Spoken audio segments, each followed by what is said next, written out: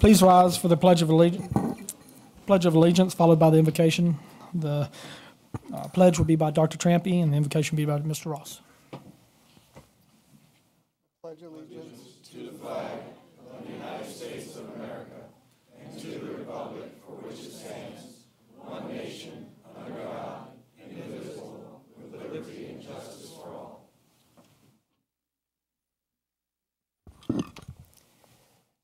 Our Father, who art in heaven, hallowed be your name.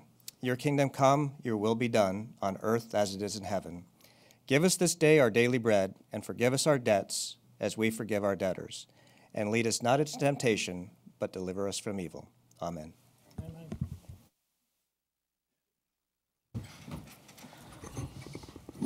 Mr. Taylor, real quick, I want to kind of a last-minute informational thing. We have Girl Scout Troop 1599 here. I'd like for them to stand and be recognized, if you will. They've been, most of them are from Wilderness Elementary School, and they've been touring the county.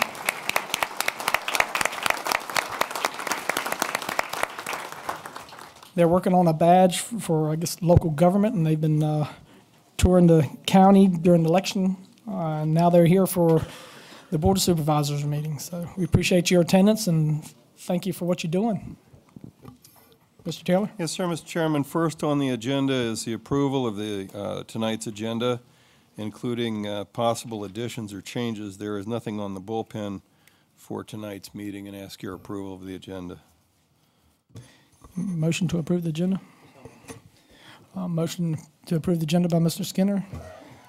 Mr. Yakubowski. Aye. Mr. McLaughlin. Aye. Mr. Ross. Aye. Mr. Skinner. Aye. Mr. Marshall. Aye. Dr. Trampy. Aye. Chair's aye. Next up, we have the consent agenda for the evening. May I have the floor computer, please? Thank you. Consent agenda this evening is as follows. Item 1 is the approval of a budget amendment for the FY 2019 Edward Byrne Justice Assistance Grant subaward. This is for naloxone for law enforcement agencies. It's a $5,000 grant for which we have no local match. Second is the to approve contracts to provide audiovisual, multimedia equipment and components, installation and maintenance. These are two requirements contracts, one with Karcher Group, Inc., and the other with Unassailable Solutions, LLC. Third item is to approve a contract modification number 1 with EMS Management and Consultants Incorporated. This is the third-party medical billing for our EMS service. This is the first of 3 optional renewals. Number 4 is formal action to reject the Public-Private Education Infrastructure Act, PPEA, proposal to construct and operate an indoor recreation facility and to refund the $5,000 deposit that came with that proposal.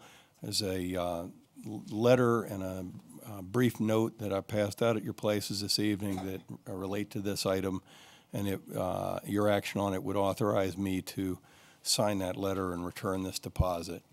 Item 5 are proposed changes to the Spotsylvania County Farmers Market rules and regulations, including location changes, W-9 form requirements, and increases in the space fee for vending at the farmers market to $200.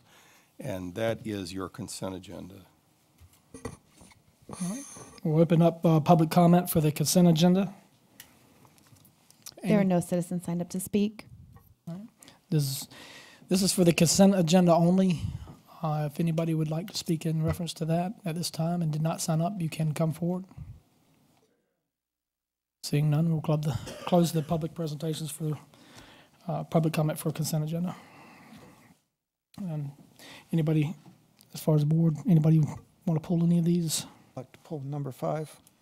Dr. Trampy would like to pull number 5. Anybody else? Can we get a motion to at least approve 1 through 4? So moved. Motion by Mr. Skinner to approve 1 through 4 on the consent agenda. Mr. Skinner?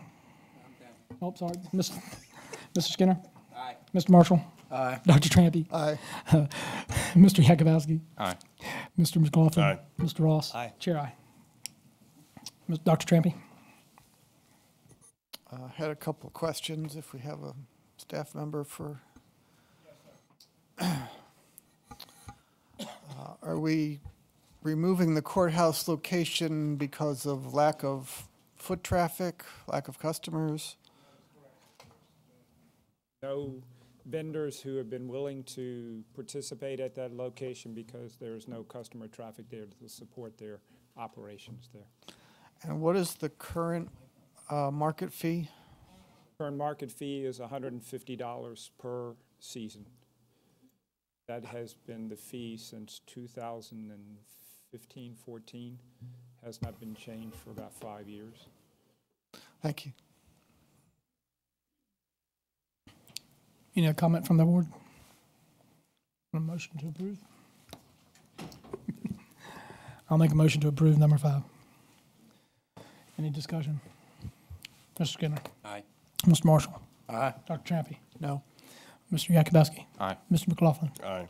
Ms. Ross? Aye. Chair, aye.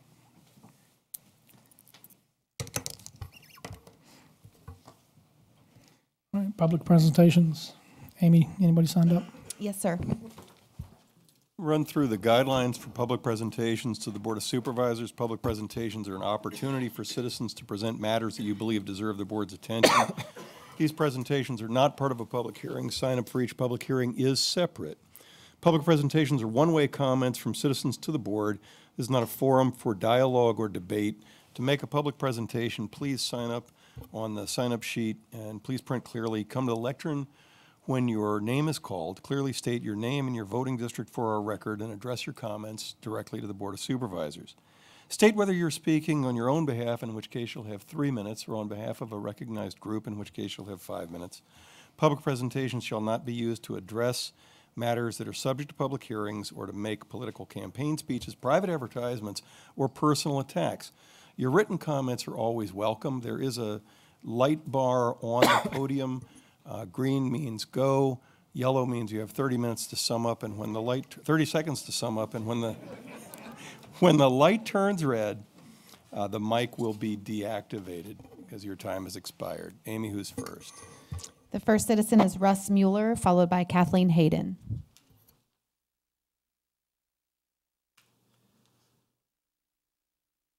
Russ Mueller from the Livingston District. I hope you all read Daniel Menahan's diatribe in the Freelance Star this morning. That's the same Daniel Menahan I interrogated at the SEC hearing in July, who had trouble telling me his own employer and who the owner was going to be of this large project. It's not S-Power. It's not the SUP applicant. 4 thinly financed LLCs that could go bust and leave S-Power free of liability. His article is full of invective against your own constituents. He says the concerns we have raised are false and without scientific support.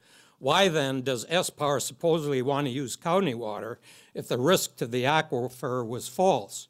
You bet his statements have raised a hornet's nest in our community. What's false here are that S-Power statements, their concerns have been met. For example, there's no S-Power document showing 350-foot setbacks like your own consultants recommend. There's no legal means to pay the county the phantom $600,000 per year substitute for taxes that aren't going to be collected.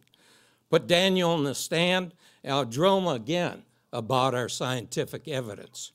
It's time to take these risks personally. For example, the tornadoes in 3 of the last 4 years over the same site in my house that would have strewn thousands of leaking solar panels over hundreds of acres. I can't imagine those on the panel with an engineering background who would in their own work products with these known risks would not mitigate them. I can't imagine those with a business background that would put the county in financial distress by trying to decommission this large $600 million project with less than a $50 million surety bond.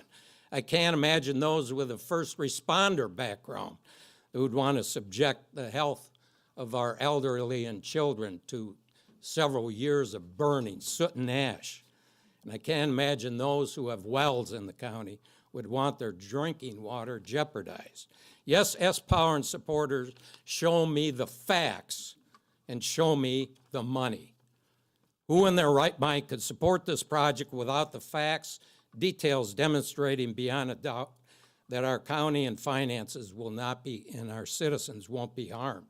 To those who think they have all the facts, who have already made up their minds, shame.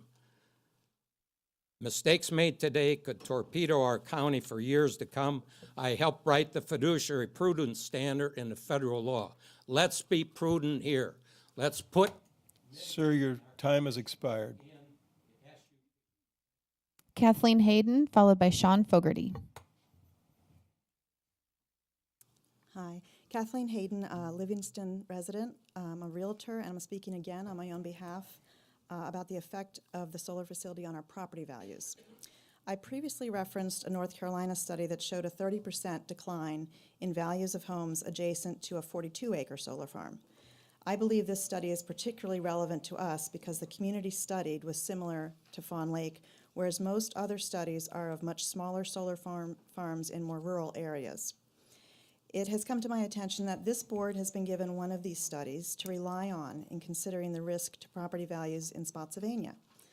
I really want to caution you about basing any decisions on this study and others like it.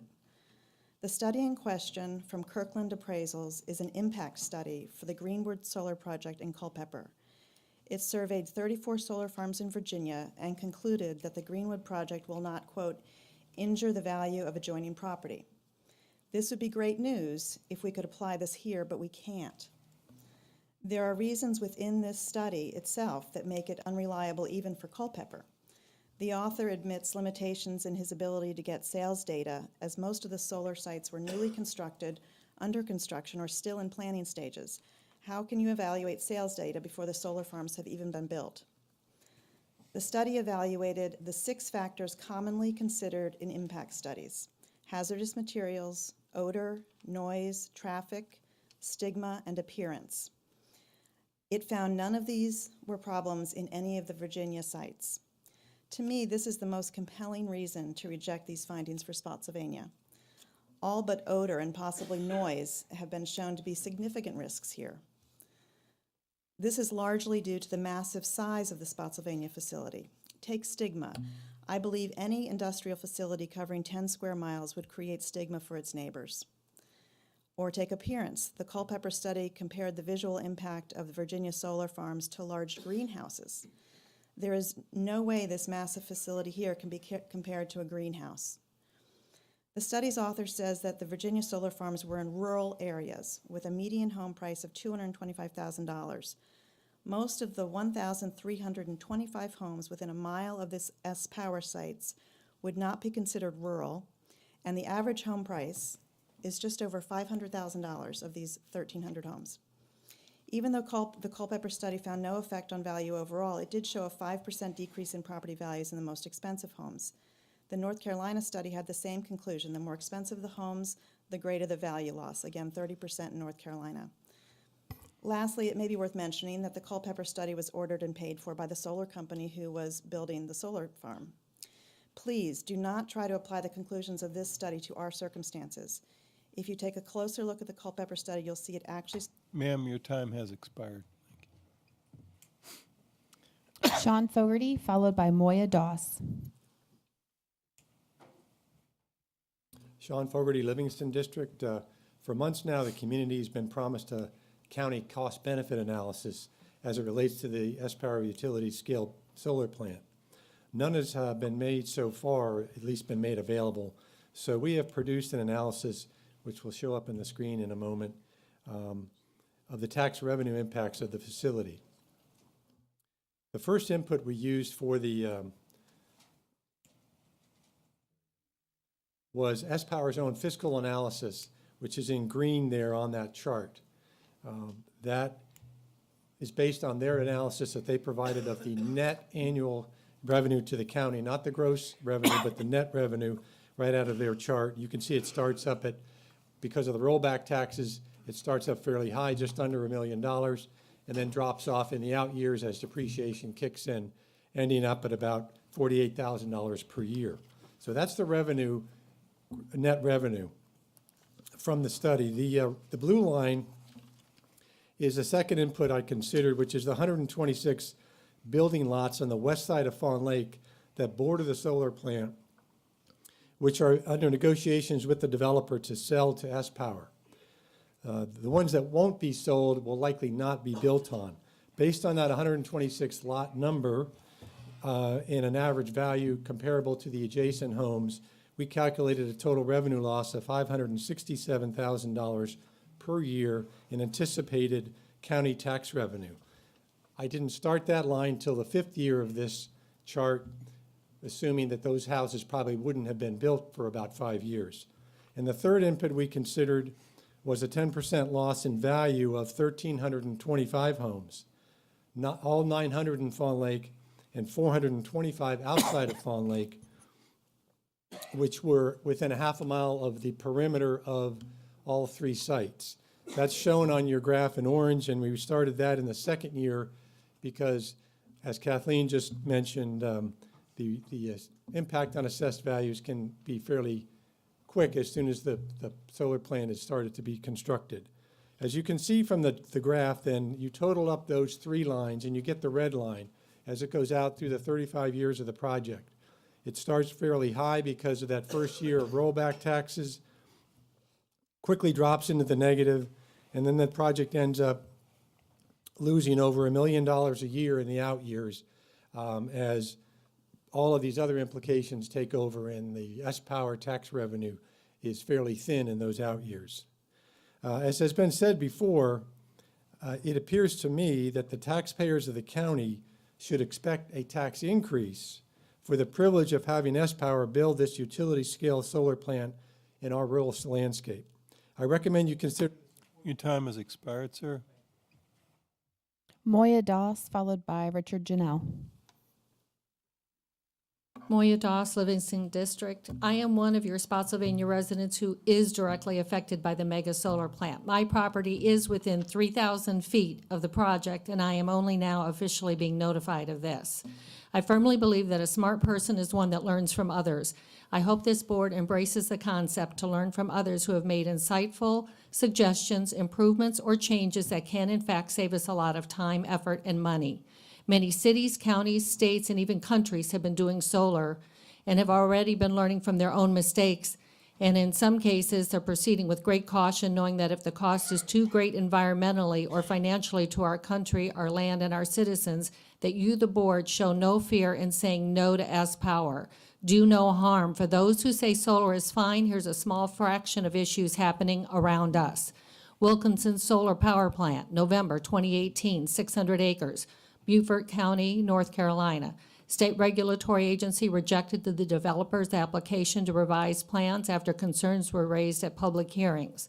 The rulings raised worries about several environmental issues, including potential pollution from heavy metals, chemicals used in solar panels. It's believed to be the first case to incorporate objections about potential Gen X pollution from solar panels into a formal Utilities Commission hearing record. North Carolina has deemed Gen X a highly toxic substance. Culpeper, early September, Culpeper County Board of Supervisors denied a request for Culpeper North Solar's 178-acre project on a voice vote. They have had a moratorium on that. Culpeper County Planning Commission recommended disapproval of the 100-megawatt Greenwood solar facility in August, yet the Board of Supervisors approved it. That decision is under pending litigation by citizens. Essex County, 200 acres, 20-megawatt project. Cutting ribbon ceremony was back in January. They've had nothing but problems with muddy runoff and had to go ahead and hire a special company just to go ahead and work on the muddy runoff into the Rappahannock. Currituck, 20 megawatt, 80 acres, was just approved with many conditions, including a 300-foot setback from residential zone property. They've had to have a moratorium. Please note the similarities in all of those mentioned above. All are far smaller than ours. All have had issues, and many are facing litigation. I may be just one person, but when you put enough individuals together, you are now facing a force to be reckoned with.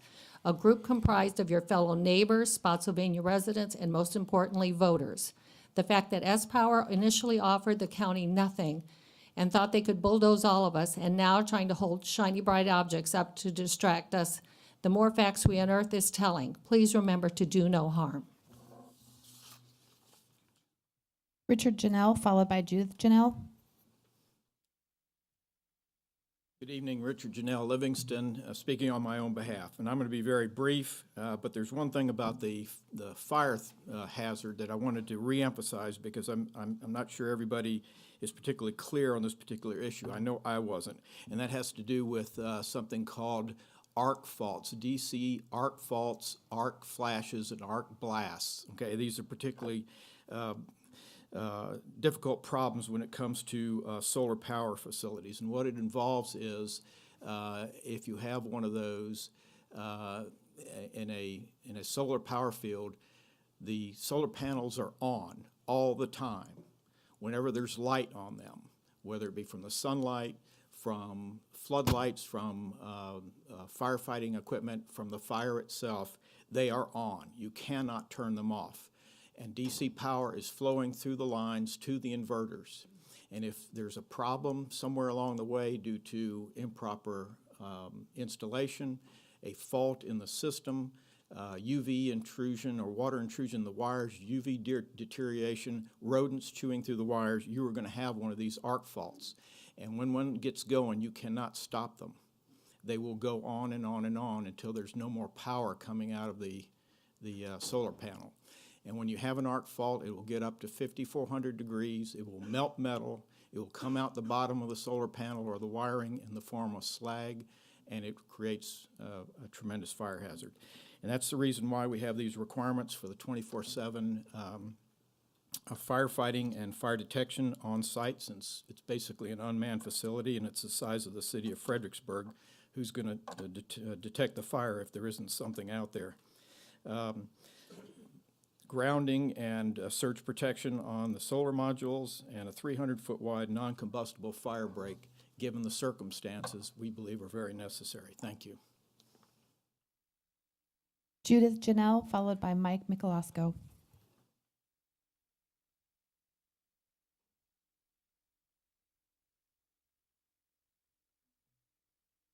Judith Janelle, Livingston District. I'm going to explain something about the paper. I sent you folks Tuesday before Thanksgiving a copy of this, except that I accidentally omitted a reference. So if you could toss that one, and you've been given a new copy that lists the reference by Bushong. So getting back to what he was saying at the 5,000 degrees Fahrenheit with the DC arc flash, there is no way to prevent them except to go to AC current. So when they explode at that temperature, and they will throw molten metal and pieces of the solar panel at least 10 feet, but they do it at 1,600 kilometers an hour. So basically 900 miles an hour. It penetrates, human body will pass through it. It puts at risk the firefighters. I mean, I don't think any of y'all would want to be anywhere close to that event. And we're also asking, because as it's spewing this at that high a temperature, not just the grass right underneath the panel, but it, could spread and start multiple little fires fanning out. But especially since there's no firefighting capability with a 15 to 20 mile an hour wind, you can imagine how fast that fire will take off. With the perimeter houses, we're asking that there be a 300-foot fire break with gravel or some such thing, so that gives it time for fire to, fighting capability to get there. The other issue, totally unrelated to this, we were going down the road and we passed a truck carrying heavy grading equipment on a tractor trailer rig. It extended well over by this much the center line. Well, on our 2-lane roads, where does the other group go? You know, the people coming the other direction. The only place is a ditch. We don't have shoulders. So that's something that we haven't really thought about with all the construction equipment going down if it exceeds the width of the road, or their lane rather. What do the people do? So, anyway, thank you very much. Mike Michalowsko, followed by Kevin McCarthy. Thank you. My name is Mike Michalowsko, resident of Livingston District, and I'm speaking on my own behalf. At the last Board of Supervisors meeting, Supervisor Yakubowski asked that the department each department consider as a motto setting the standard for all Virginia counties. And at a recent planning commission, after a staff presentation on future land use, I heard Ms. Carter state that the county had been trying for decades to attract federal and high-tech jobs. Just want to say that we ask you to listen to us. A lot of us actually listen to you. I applied these two ideas to the current S-Power proposal for a massive solar utility and asked how well this project would serve these concepts. So if other counties followed the same path to allow the construction of a large solar utility, they would serve the needs of multi-billion-dollar organizations like Microsoft and Apple and AES, the parent of S-Power. They'd export the energy produced and keep none of it for their own county. They'd enrage the county's residents, and they'd produce a whopping 15 to 20 low to mid-level jobs over the long term for the county. So I don't think this is the standard that Spotsylvania wants to set. I really believe that a massive solar utility does not serve the interests or long-term goals of the county. Rather than one centralized massive solar utility placed in the middle of agricultural and residential land where it doesn't belong, consider the idea of a number of smaller decentralized solar units placed on the roofs of industrial buildings throughout Spotsylvania County. This would have a number of advantages. The panel goes on roofs of industrial portions of the county, so you're avoiding the disruption and destruction of the more rural residential areas. The concept would encourage small local business creation. The electrical grid is already in place to add solar energy credits. These rooftop solar panels could provide electricity needs of businesses and schools. The county could incentivize these projects instead of being forced by the state to grant 80% exemptions to utility-scale solar power plants. The county could lead by example in the adoption of rooftop solar to make commercial buildings self-sufficient. The county could go green in a creative and original way instead of being a Me Too county with yet one more massive solar utility. Hey, my solar utility is bigger than your solar utility. This concept has the potential to use solar power to attract high-tech business. In evaluating the pros and cons of the S-Power solar utility, please consider that there are other and more innovative ways to go green, to attract business, and to have Spotsylvania County set the standard. Sir, your time's expired. Kevin McCarthy, followed by Dave Hammond. Kevin McCarthy, Livingston District, speaking on my own behalf. Earlier this month, you received from Mr. Fogarty, who spoke a few moments ago, a detailed analysis of the areas where the proposed solar plant is inconsistent with the county's comprehensive plan. I'd like to summarize just 10 of those. Number one, the goal to achieve growth of the annual industrial commercial tax base at a rate greater than 2% would be violated, as the project will result in a reduction in the tax base and increase in taxes to residents. Number two, the goal to preserve significant natural, historic, and cultural resources to ensure the continued allure of the county as a tourism destination would be violated because of the conversion of the habitat to industrial use. Number three, the goal to not extend public infrastructure into productive agricultural and silvicultural lands would be violated in numerous ways, as detailed in Mr. Fogarty's report. Number four, the goal to preserve environmental quality by promoting a comprehensive approach to air and water quality management. With 5,000 acres of tree removal, the consumption of vast forestal lands, and the likely heat island effect, the comp plan is violated. Number five, land use decisions should be consistent with the future land use map. With destruction of the county's largest ag forestal tract, and as the site itself would cover an area more than twice as large as the entire ag forestal district in the county, the comp plan is violated.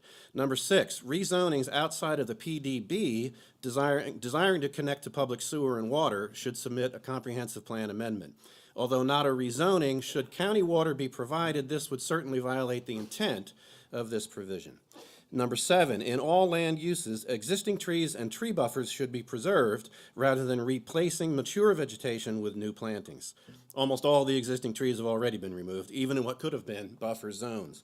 Number 8, renewable energy facilities should be sited and designed to minimize detrimental impacts to neighboring properties, uses, and roadways. The S-Power plan does not minimize detrimental impacts in setbacks, burning, erosion, runoff, toxic materials, and the heat island effect. Number 9, open space land use policies. Development in these areas should be generally discouraged, and however, if it is to occur, it should blend into the existing landscape. Goes without saying, this clearly would be violated. Number 10, 2 similar goals in historic resources and in natural resources are to preserve the county's rich heritage and character and its sense of place before they are lost forever. The Virginia Department of Forestry has noted that those values would be lost. The proposed solar plant is entirely inconsistent with our comprehensive plan. Thank you. Dave Hammond, followed by Vivian Stanley. Good evening. My name is Dave Hammond. I live in the Livingston District. I'm speaking on my own behalf tonight. I have given you a copy of my written comments along with an article I'll be talking about. For 10 months now, I've been researching potential risks from the proposed massive and unprecedented 500 megawatt solar power plant. All of my recommendations have been carefully studied, and I have provided numerous reputable references to substantiate each concern. There remain several unanswered questions and requests for robust scientific studies that S-Power is either unable or unwilling to provide. As always, in the back of my mind is a worry that I'm missing something, or that something new will surface after it's too late. I provided you with an article published yesterday by the Carolina Journal that discusses an issue coming to the forefront with the North Carolina Utilities Commission rejection of a solar developer's application and their to revise their plans for environmental risks. A quote from the article: the ruling raises worries about several environmental issues, including potential pollution from heavy metals and chemicals used in solar panels. It is believed to be the first case to incorporate objections about potential Gen X pollution from solar panels into a formal Utilities Commission hearing record. North Carolina has deemed Gen X a highly toxic substance. Gen X, or similar chemical compounds known as perfluorinated alkylated substances, or PFAS, are used to increase the strength and light transmission in film sheets that coat solar panels. I spoke with Dr. Herb Eckerlin, who is quoted in the article and has attended several meetings on the subject today. He indicated that the EPA does not know very much about these substances and that there are serious risks if these materials get into the groundwater. My point is, what else don't we know? What else will become a danger to our health, our children's health, and the environment? For now, I recommend that Gen X and PFAS materials be prohibited from use in this project until science becomes clear and they are proven to be non-hazardous. Remember, the burden of proof is on S-Power and the solar industry to clearly demonstrate that they will not cause harm. If there is any doubt, you must err on the side of caution to protect Spotsylvania and its citizens. Thank you for your time. Vivian Stanley, followed by Alan Branneman.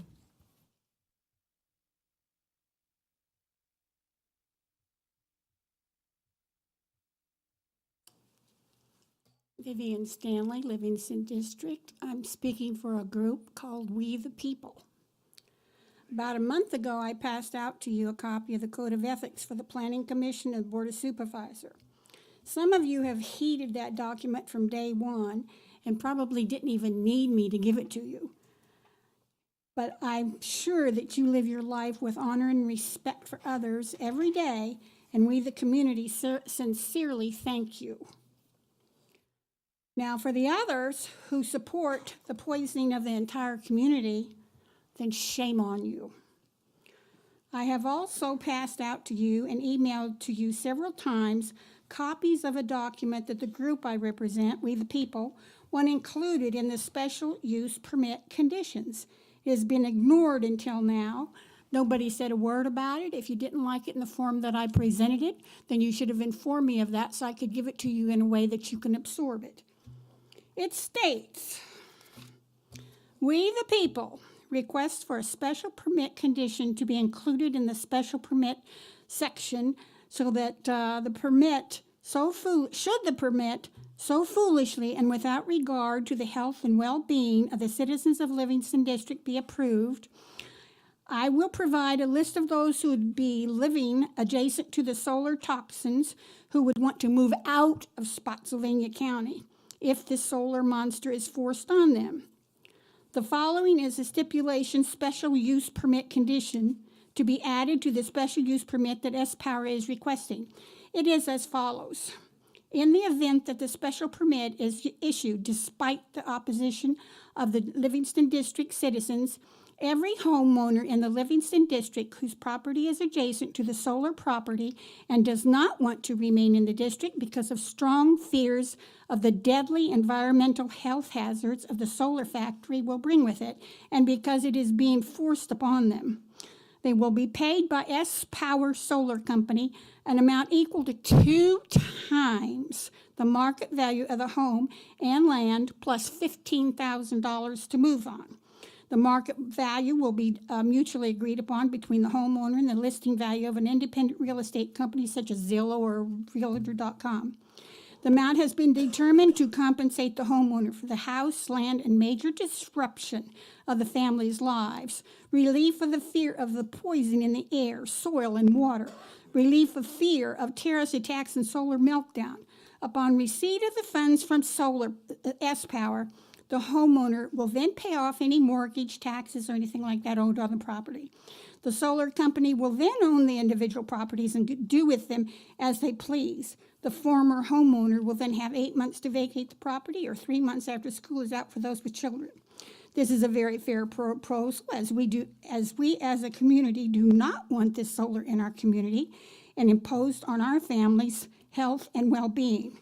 This is submitted by my group, We the People, who are very strongly opposed to the solar farm.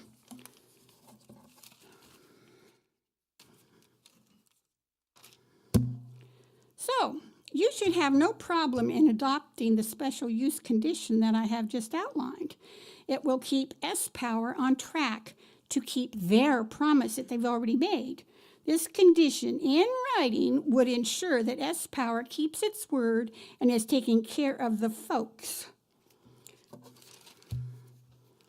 Somebody told us several times that S-Power will take care of the folks that live around it meaning the solar monster. But we need this in writing from S-Power. A man is only as good as his word, and I have yet to see any truths coming from S-Power. S-Power is trying to buy some of the Fawn Lake property now, so buying the properties around the solar factory is in order for S-Power. In this world and in your lifetime, everyone will pay in one way or another for all their immoral decisions. A vote to allow S-Power to poison an entire community of thousands will undoubtedly be the most immoral decision you would make in your entire life. A vote to stop the insanity of what S-Power is requesting you to do will surely get you 3 things. 1, fulfillment of your pledge to the citizens of Spotsylvania to protect their lives and well-being. 2, a clear conscience. And 3, a good night's sleep because you did the right thing.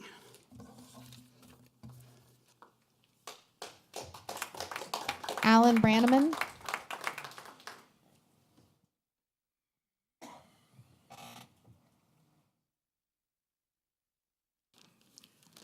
Alan Branfman, Livingston District. I'd like to say hello to some old friends and neighbors. And I'm speaking for myself and the future of Spotsylvania. In your due diligence, you'll come across a few things. And one thing is a thing called a streamer. Now, what's a streamer? A streamer is the name given to birds as their feathers ignite in midair after flying through a concentrated beam of light. They can be burned to death, killed by brute force when they crash to the ground, or eaten by predators who swoop in to claim their maimed bodies. It's one effect of solar farms. What is the lake effect? The lake effect is when birds and insects mistake a reflective solar facility for a body of water. The birds hone in on the insects and splat, kaput. They're gone. Conservationists call the solar facilities megatraps. The Center for the Biological Diversity is one of the several organizations intending to sue such megatraps in California. Along with the counties, the U.S. Department of the Interior, the U.S. Fish and Wildlife Service, and the U.S. Bureau of Land Management for violations of the Endangered Species Act. Several birds that are endangered species were found dead near the solar farms. This was one snafu coming from the left field. A Murphy's Law and a FUBAR moment facing a county for the next 35 years of a solar facility's life. The gentleman said he wasn't sure what was unknown, and this is one of the unknowns. If we're sitting on 100,000 pounds of cancer-producing cadmium in an area half the size of Manhattan, next to 7,000 of your neighbors for 35 years, who's going to handle the lawsuits from unintended consequences? In the Environmental Commission? The state corporation that just passed this Stamp Act? The office of the governor, he's gone, okay? And his cronies are gone. The words you're going to get are, hey guys, you approved it, you take care of it. Possession is 9/10 of the law. And while I'm on the subject, who handles the costly oversight, control, and inevitable emergencies in an area that's half the size of Manhattan? Sir, your time has expired. Your time has expired, sir.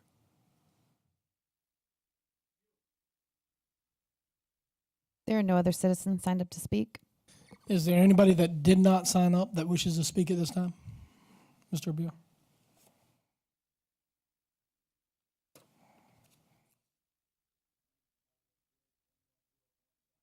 Lane, I'm ground zero for the solar farm. I'm 50 foot away from it.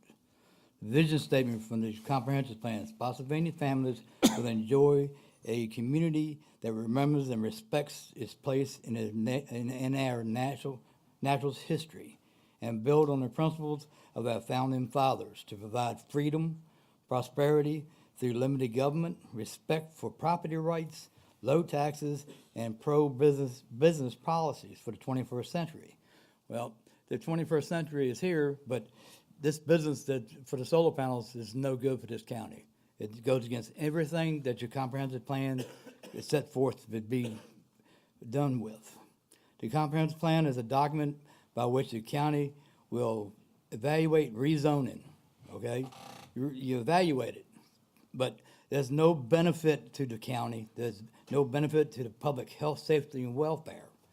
The goals and objectives of the policy of the comprehensive plan, they're not there. I read through the whole thing last night, and it's maybe one of the statements that might go with a solar field. It says, it starts with having tree buffers. Well, I have no tree buffers. They cut every tree off the property line. I have nothing. I got 5 trees between my house and 6,500 acres of desert. That isn't my life in Spotsylvania County. I don't see why anybody would want to live in this county if this thing goes through like it is. I've had runoff for the last year. I had 6 inches of runoff yesterday. What do we have, a half-inch of rain? You know, I'm getting it from probably about 400 acres coming across the backside of my property. And nobody in the county, nobody in the state, nobody in Washington would do anything to help me take and fix the problem. Nobody wants to talk to me about the problem. There is no problem according to everybody in the county and the state. Thank you very much. Is there anybody else that did not sign up that wishes to speak at this time? Seeing none, we'll close public presentations. I think we have board reports. Mr. Yakubowski? Nothing. Mr. McLaughlin? Nothing to report. Mr. Ross? Just want to thank the teachers and principals that are out in the audience tonight, and also Dr. Wright for manning one of the best high schools, if not the best in Spotsylvania County, Riverbend High School. Thank you. It looks like it's a well-oiled machine. And I'd also like to congratulate Fredericksburg Christian School, Coach Billy Thomas. They have won the Division II Visa State Championship in football, and if it's okay with the board, I'd like to recognize them at one of our future meetings. That's all I've got. Mr. Skinner? Yes, I'd like to remind Mr. Ross that Mr. Wright was trained by Joe Rocky at Massaponax. Good training, too. That must be in the Lee Hill one. No report, sir. Just Okay. Mr. Marshall? No report. Dr. Trampy? No report. And Mr. Chair will have a report. And I'll just, last week I had and I'll just be speaking to most of the folks out there that have already spoken. You know, last week I had a town hall for folks in my district to, well, it wasn't supposed to be about just solar power, but it ended up being basically about solar power, which I understand. But I just wanted to say, you know, apparently, I guess some of what I said is, I guess I'm being taken as being in support of S-Power and on their side. You know, I just want to tell you, everybody here in the county, that I'm not taking sides. I have not made a decision, and I appreciate, you know, I commend y'all. I think I've said this more than once. I commend all of you coming forward with the information, the plethora of information you've provided us.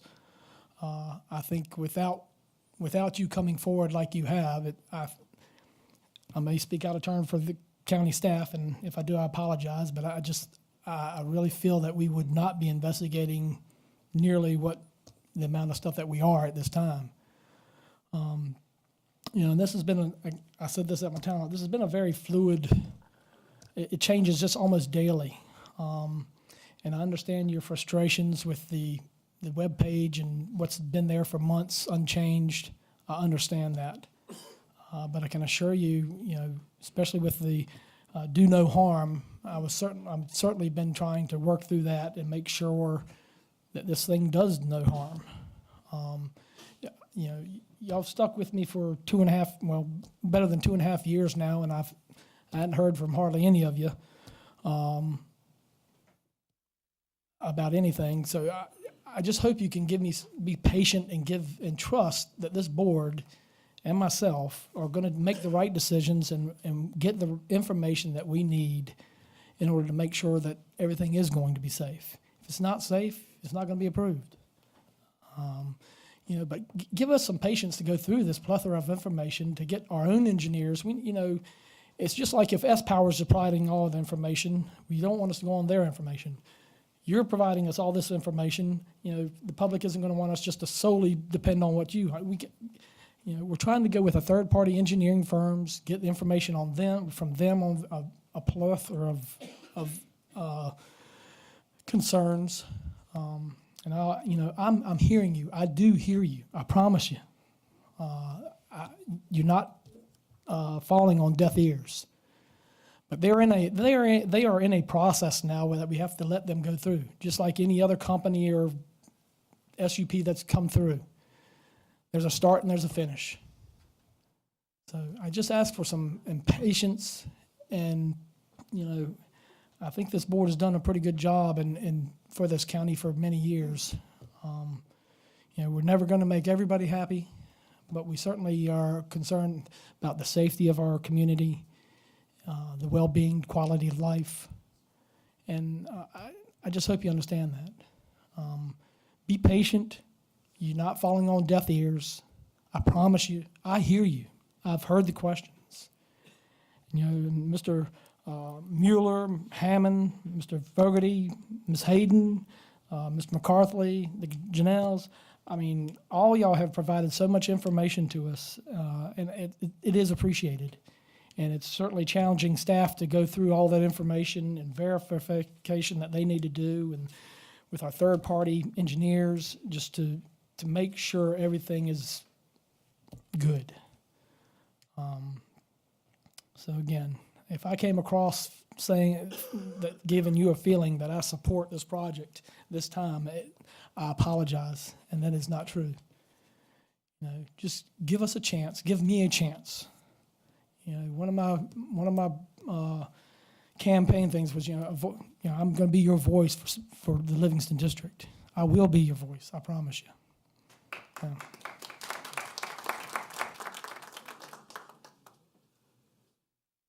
Okay, I think we have a public hearing. Yes, sir, Mr. Chairman. That brings us to SUP 18-0009 DMS Properties LLC, which is in the Berkeley District. Good evening, Kim.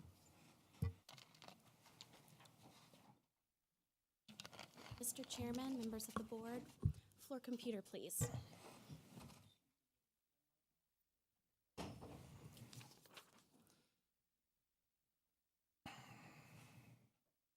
This is a request on behalf of the applicant, DMS Properties LLC, for special use permit approval to allow for a contractor's office and shop. The applicant's business is an excavating business that they wish to locate on these 10 acres of agricultural 3-zoned property. The Planning Commission held a public hearing on November 7th, 2018, and voted 5-0 to recommend approval with conditions, and staff is also recommending approval with conditions. Here is the zoning map with the property outlined in red. You can see the property is located on the west side of Route 1, approximately 530 feet north of the intersection of Route 1 and Arcadia. Property is zoned Agriculture 3 and is surrounded by other agriculturally zoned properties. Here is an aerial image of the property. You'll see there's 2 residential structures and several outbuildings. The house closest to Route 1, right here, will serve as the office for the business, and the storage yard will be located on the rear portion of the property. You can see there's a significant amount of existing vegetation on the perimeter, approximately 50 feet in width at least.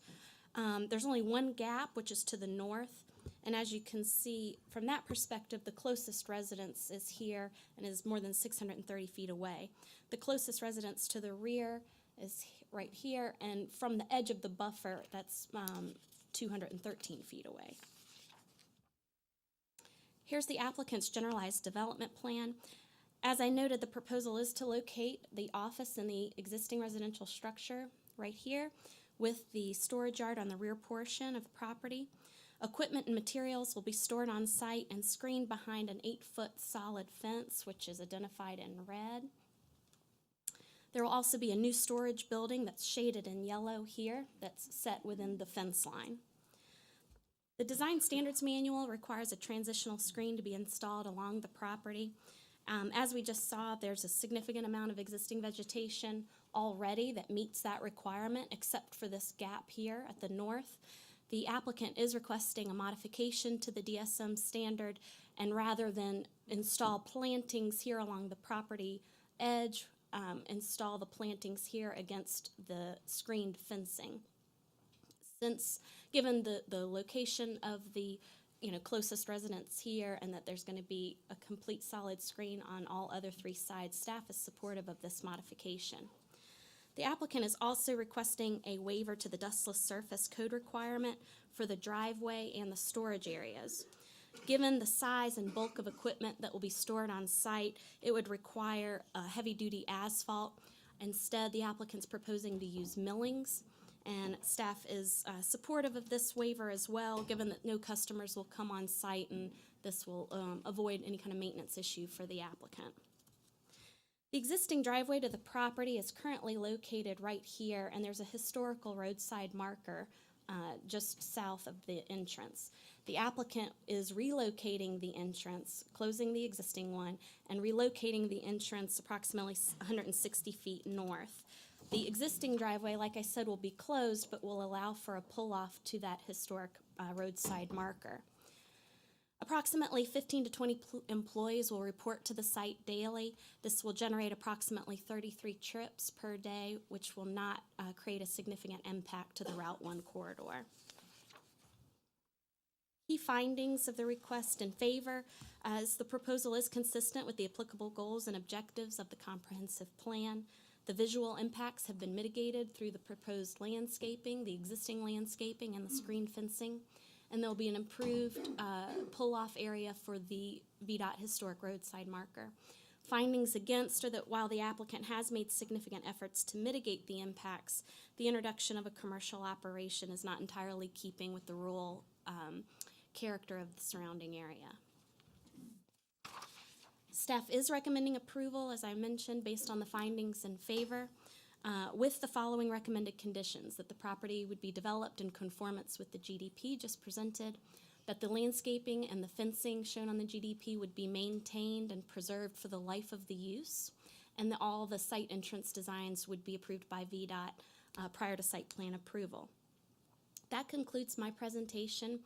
The applicant is here. They don't have a presentation for you. They're happy to answer any questions, and they are in agreement with staff's recommended conditions. Happy to answer any questions. Any questions from the board? All right. You say they're just here. Do they want to make a statement, the applicant? No, sir, not unless the board has any questions for them. Okay. Well, we'll open up the public hearing for SUP 18-0009 DMS Properties LLC, Berkeley District. Do we have anybody signed up? No, sir. Is there anybody that did not sign up that would wish to speak in reference to this public hearing on SUP 18-0009 DMS Properties LLC, Berkeley District?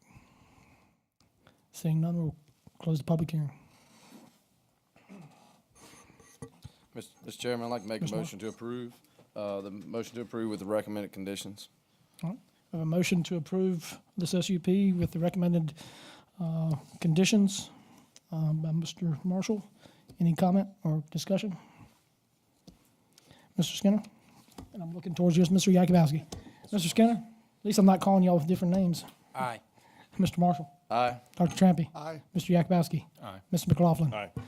Mr. Ross? Aye. Chair, aye.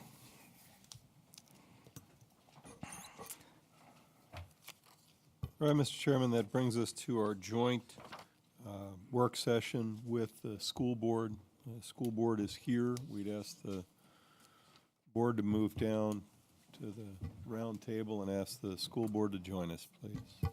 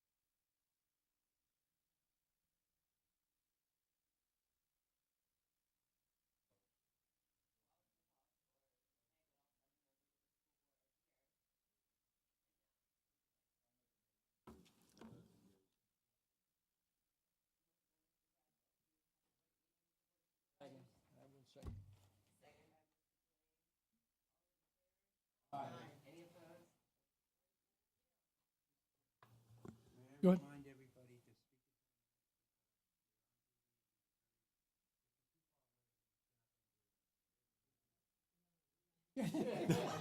Can I remind you to put on the mic when you speak? Thank you very much.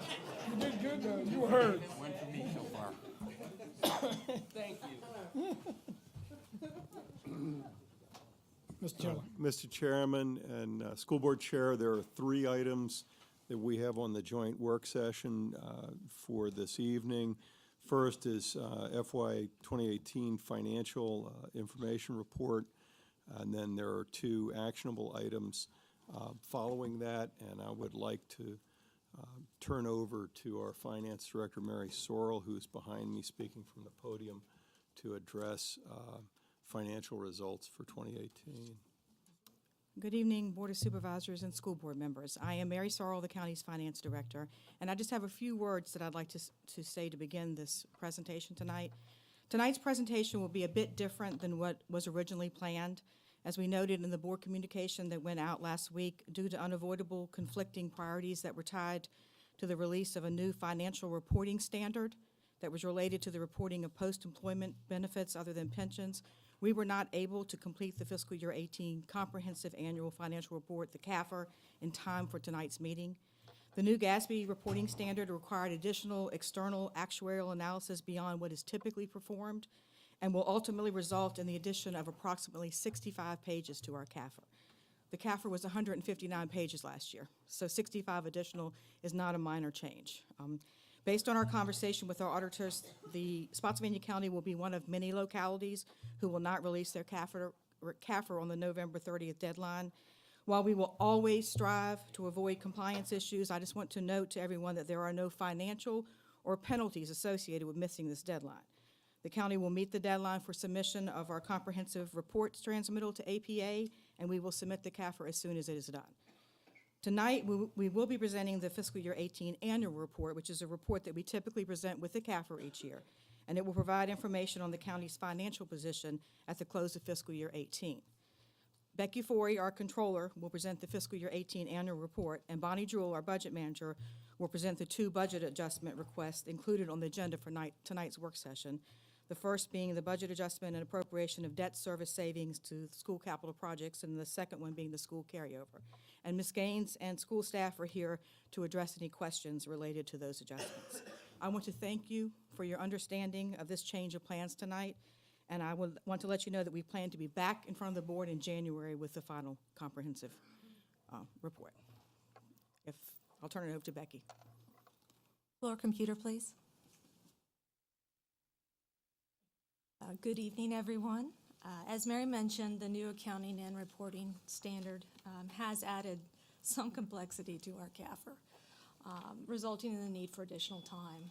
The numbers I will be presenting to you tonight, however, are the final numbers you can, in this report, are the final numbers you can expect to see in our CAFR.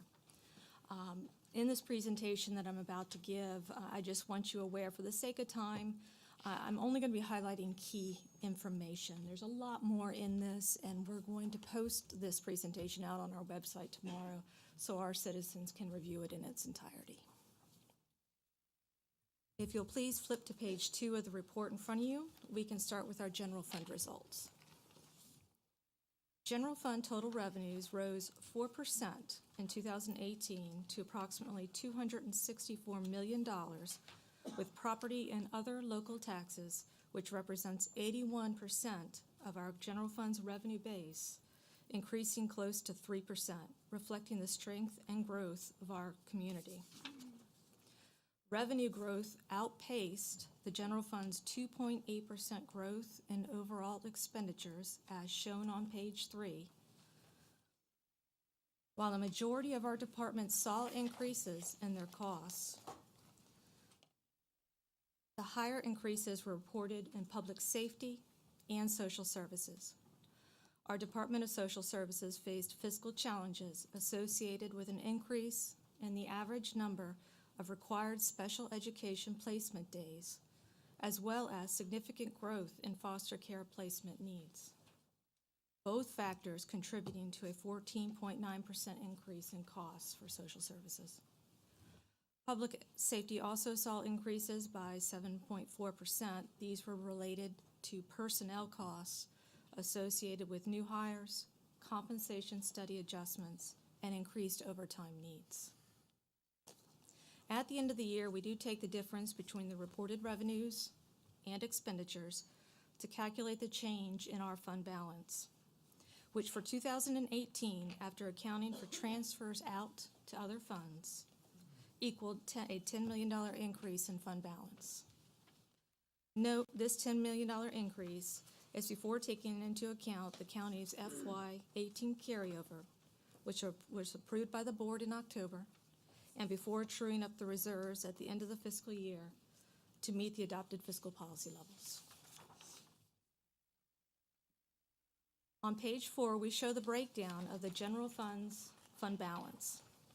With the $10 million addition, total fund balance rose 13.1% to $86.6 million. After accounting for all fiscal policy requirements, including the 11% fiscal stability reserve, the county's unassigned fund balance equals $8 million. This is reflecting the county's strengthening economy and targeted economic development efforts. Moving on to page 5, you will find the combined financial results of the utilities operating and utilities capital project funds. Both revenues and expenses rose in FY18, with net income decreasing year over year by 4.6% as a result of non-recurring infrastructure improvements that naturally will fluctuate from year to year. Even with the modest drop in net income, the combined funds report a healthy unrestricted fund balance of $65.9 million. I would also like to share that the county has met all required bond covenants, and the average debt service per customer remains at a respectable level of $27.12 per month. On page 6, we provide the results of the school's operating fund. Both revenues and expenditures rose 2.3%, with the majority of revenue increases representing state revenues of $6.5 million. The county's local transfer to the schools of $121.6 million includes all remaining school board operating fund costs incurred through the end of FY18, leaving approximately $3.9 million in local funding as a potential carryover to the FY19 budget. And lastly, I would like to wrap up the presentation by sharing that the county continues to meet all fiscal policy requirements. We have highlighted 3 policies here on page 7, showing a positive downward trend in both our net debt to assessed value of property ratio and our debt service to total expenditures ratio. In addition, our percentage of uncollected property taxes remains at 1%. This concludes my presentation. If there are no further questions, I will turn things over to Bonnie to address the 2 requested budget adjustments. Thank you. Any questions from either board? Dr. Trampy? It's always a little confusing that our real property tax rate is on a calendar year and everything else is on fiscal year. So on page 2, where it says the 2018 tax rate that is 1.66 cents above equalization, that's calendar year 2018. Correct. So everything else in here is fiscal year, I'm guessing? Yes. Thank you. You're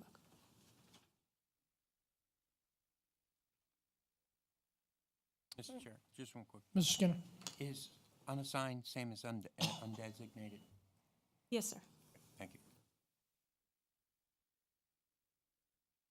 All right, Mary, I think. Or Bonnie.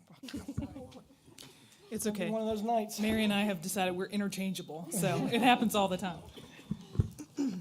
That's a good thing if you're me. I'm not sure what that means if you're Mary. That thing was on staring right.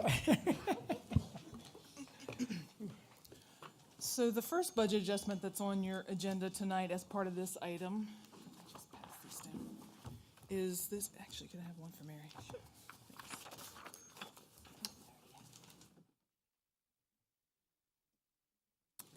This budget adjustment has two situations combined within it, where actually we are fortunate that one of the situations is able to resolve the other. And that's a good and also unusual thing. The first situation, and I'm going to kind of present these as two different items and come together at the end here. The first item has to do with debt service. Generally, when we issue debt, we have two interest payments and one principal payment in each fiscal year, to include the first fiscal year. So when we issued the 2018 bonds this summer, due to the timing of that sale and other factors contributing to this, we actually have one interest payment in fiscal year 19. The second interest payment and the first principal payment are due in fiscal year 20 in July. And so what that means is the school's debt service budget will have an excess of $2.6 million in fiscal year 19, simply due to the timing of that first principal payment that's due in July instead of during fiscal year 19. That's the first situation. And that available $2.6 million actually helps if you choose to adopt this budget adjustment.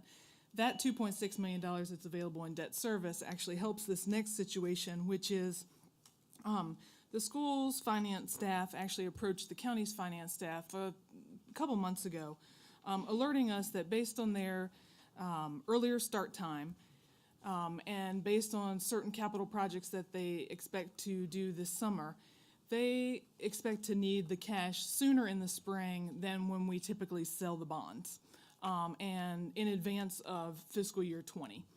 And so what county finance staff is recommending is to solve this situation, both of these, within the school's existing budget. This doesn't require any additional funding to the schools. It simply is a shift that we're requesting of $2.6 million from the school operating fund that otherwise would have paid for debt service to the school's capital projects fund that will pay for certain capital projects that need to be finished in time for school to start next summer. So if you have questions about that, please let me know. Any discussion or comments for Bonnie? Running. Is that an action item that we need to? Yes, sir, it is. Motion to approve. We've got a motion by Mr. Ross to approve. Any discussion? Mr. Skinner? Aye. I was looking kind of forward that time. I'm not. You're having a tough night. Mr. Marshall? Aye. Dr. Trampy? Aye. Mr. Yakubowski? Aye. Mr. McLaughlin? Aye. Mr. Ross? Aye. Chair, aye. Thank you. And the second item that is scheduled for your action as part of this joint session is the school's fiscal year 2018 carryover. And certainly LaShawn and the school staff have the details on this, but since it's an adjustment to the county's budget, thank you. This is an adjustment to the county's budget. I will present the information initially.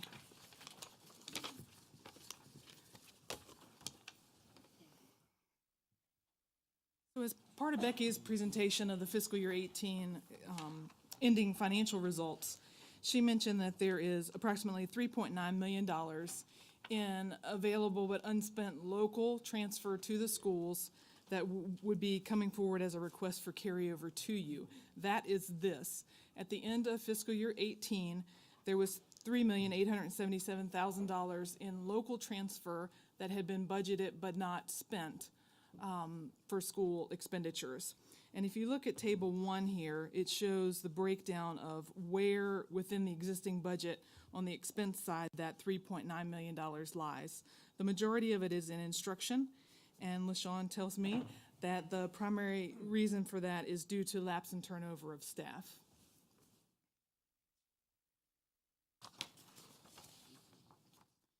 Table 3 on page 2 is the way in which the school board is planning to spend this $3.9 million in fiscal year 19 if this budget adjustment is approved. The vast majority of the $3.9 million, $3.4 million in fact, is slated for instructional needs, and you can see those identified here. And so, of course, we're going to give you time to ask questions, but the intent of this is we're looking for the Board of Supervisors' action on this budget adjustment to allocate $3.9 million to the schools in fiscal year 19 for carryover of unspent fiscal year 18 local transfer funding. So I do have one quick question. So I know we're buying turf fields, starting to purchase them this year, 5 of them. Isn't that about what this costs? I guess my question is, why don't we pay cash for those fields vice borrowing the money this year? I guess one of the questions. $3 million? So, yeah. So I guess another question, why don't we just buy those fields now, maybe get a better price by buying all 5 at one time and schedule the production? I'll go ahead and speak to that one.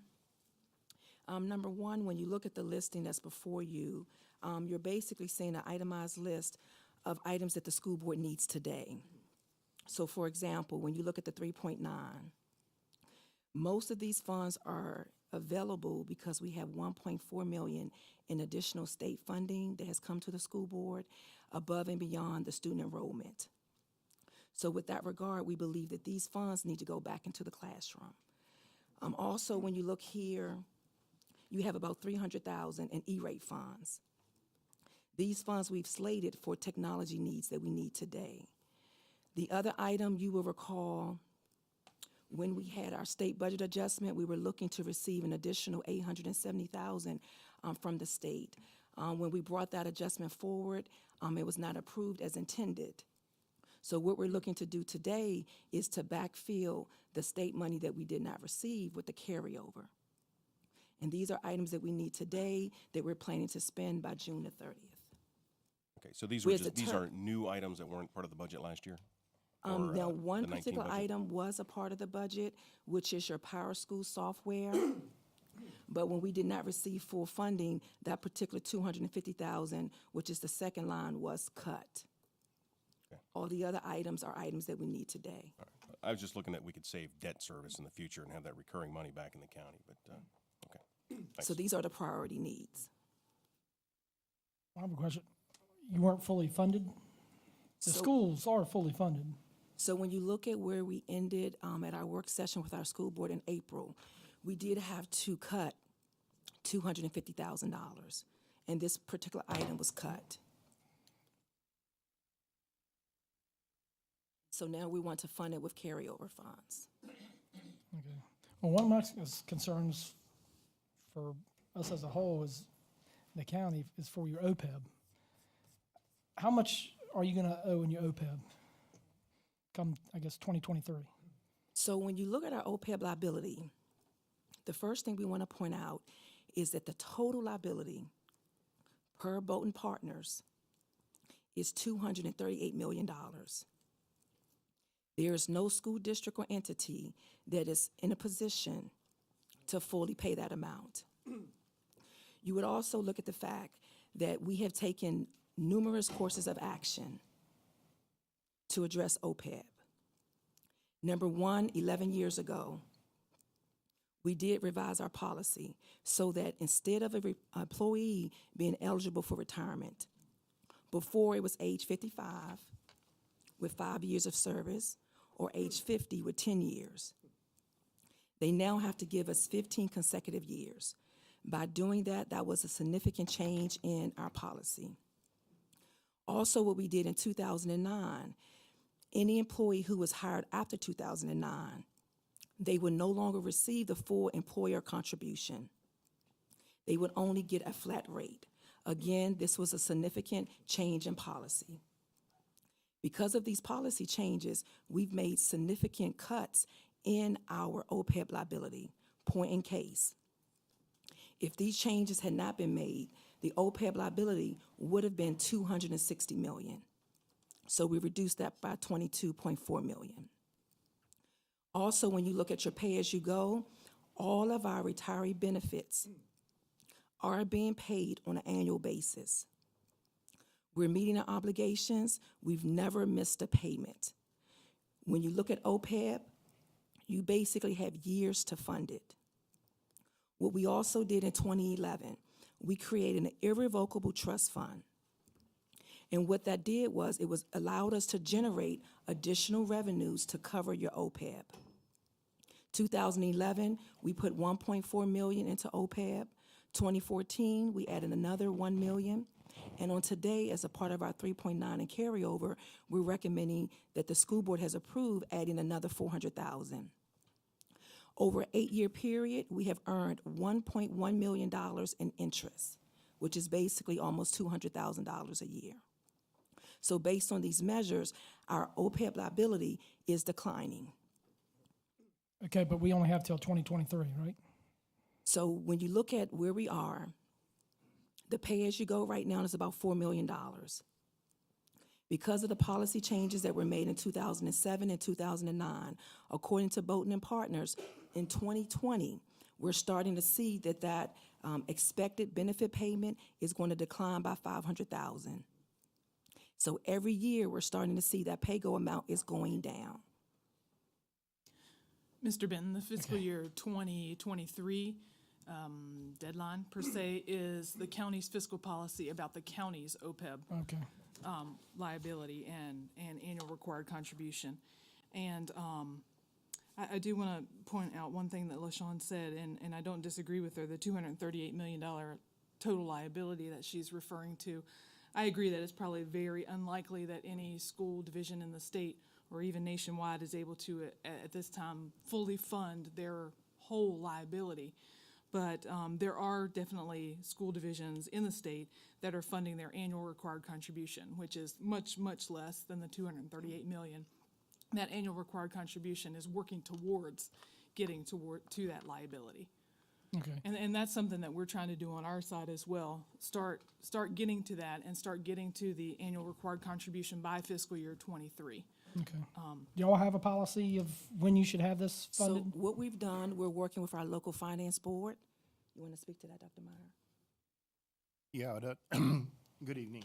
At the local finance board about 2 months ago, when we knew we were having carryover, I was one actually had brought it up that why don't we create a policy or think about creating a policy as a percent of the amount of carryover, because we would never be in a situation we're not going to have carryover. Otherwise, we're wearing orange suits, basically. So we have to plan for having carryover. And if we plan to have some carryover, then we should be thinking about a percent of, depending on the amount of the carryover, that we designate then for this OPEB liability, so that every year we contribute rather than wait 3 years or 4 years to make a contribution. And LaShawn can speak to it because we had a 1, 2, depending on the amount of carryover. So in essence, what we discussed, Mr. Benton, if the school division had more than $3 million in carryover, we would allocate a certain percent. If it was more than $2 million, a certain percent. If more than $1 million, a certain percent.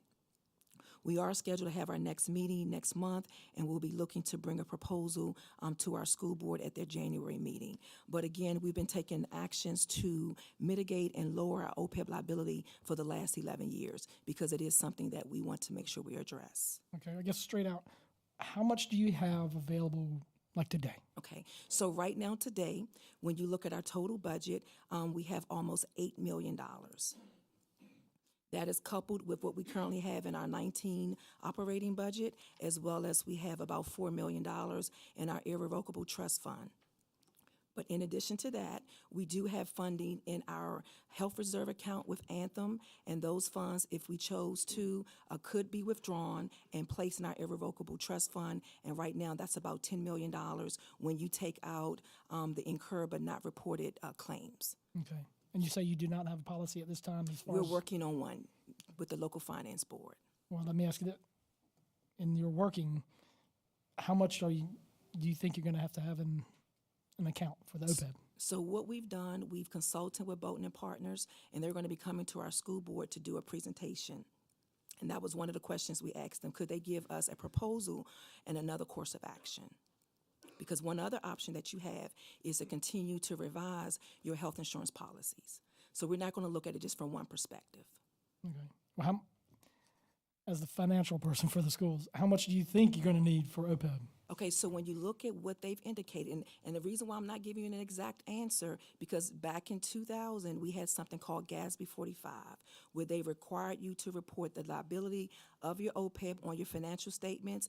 You also had to report what amount you were deficient. You now have GASB 75. You're not required to report that amount. And the amount that was reported back in our statements in 2017 included a discount rate of 3.5%. So I'm not going to give you $15 million, which is the amount they quoted back then, because that discount rate is actually going to go higher. So there's not a fine-tuned number that we can give you today, because we're working on that number, because we have updated information. So when we have that number, we'll bring that back to you. Okay. And it's less than 15 million, yes.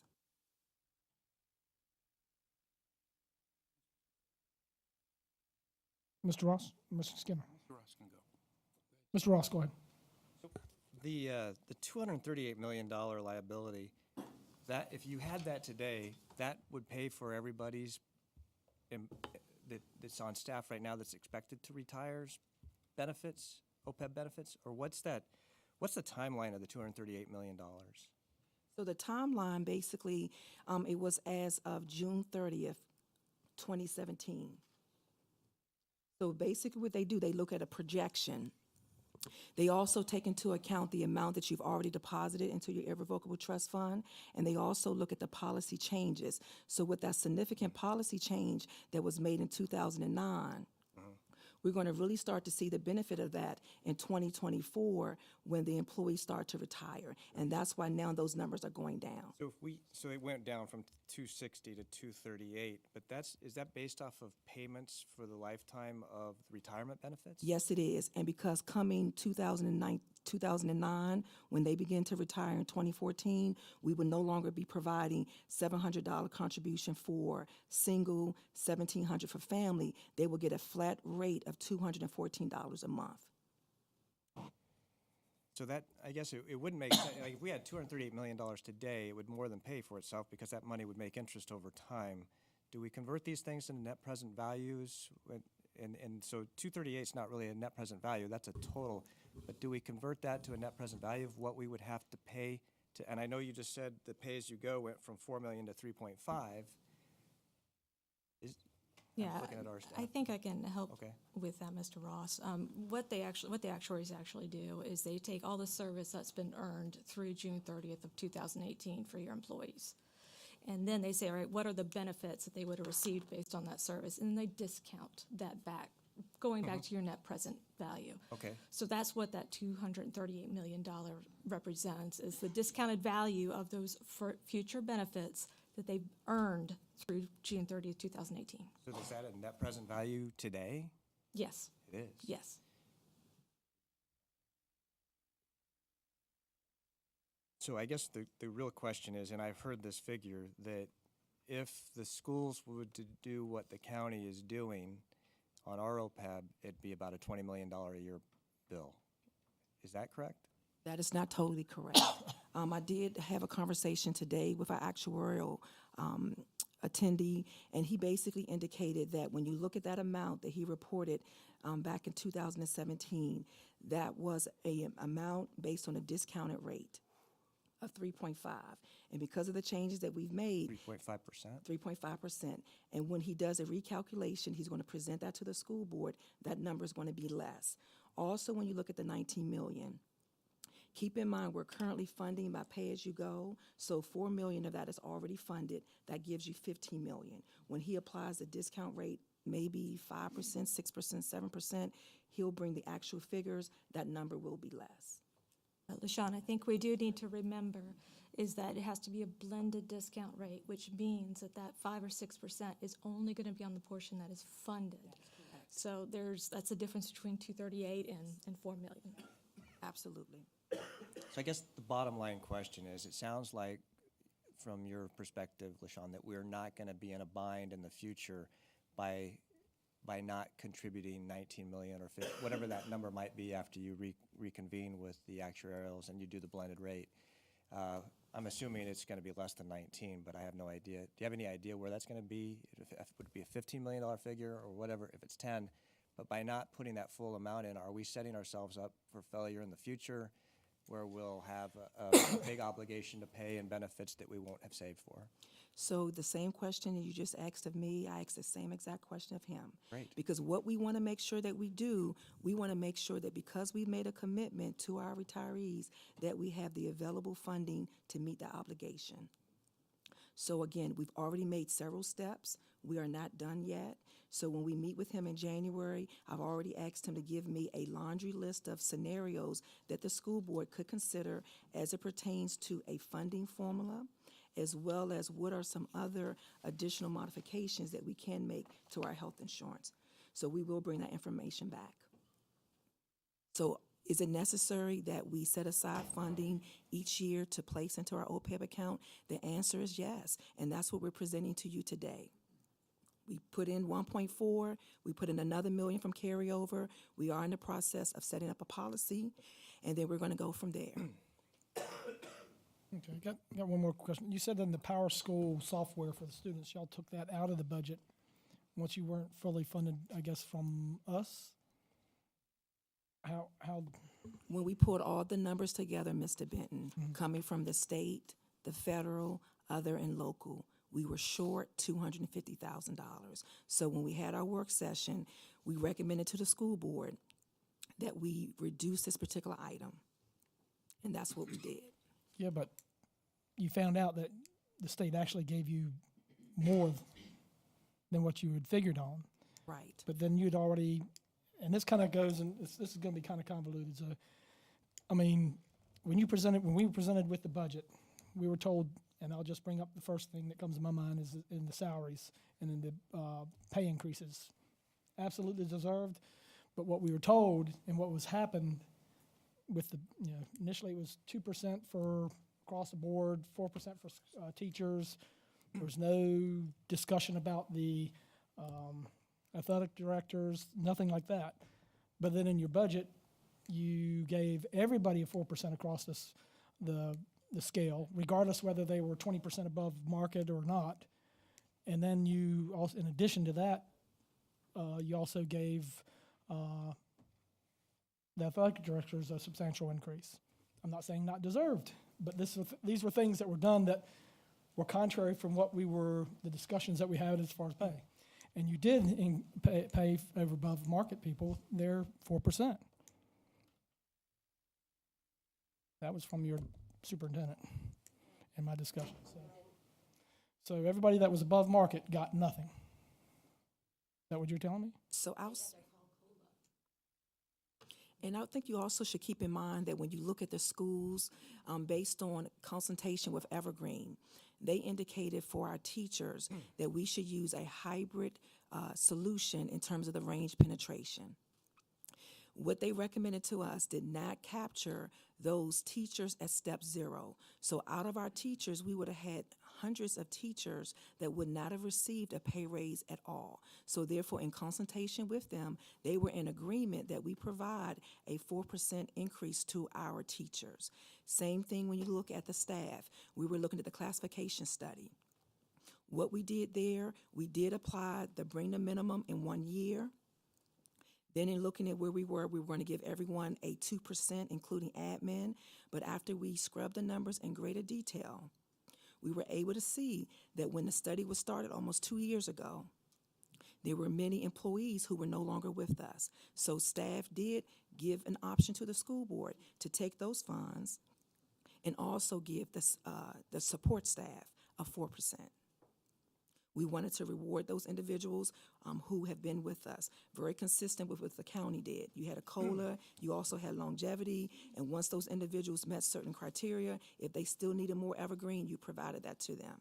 In terms of the ADs, that was a part of the Evergreen study. That was funded through LAPS funding.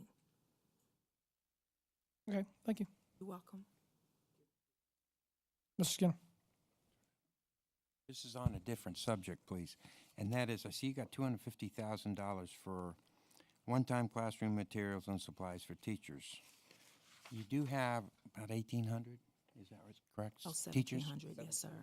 1,700? Yes, sir. Okay. Any way that this was because it came out to about, probably if that's the case, about $145, something of that nature. I thought you had 18 and which 138, so if you got 100 less, probably 145. I mean, this has been a subject that has been brought up the entire time that I've been on this board, that our teachers go out and they buy all this material for the classroom, especially in the elementary grades. And I'm not sure how much it is differs from high school to elementary or even middle school. So my question is, why $250,000?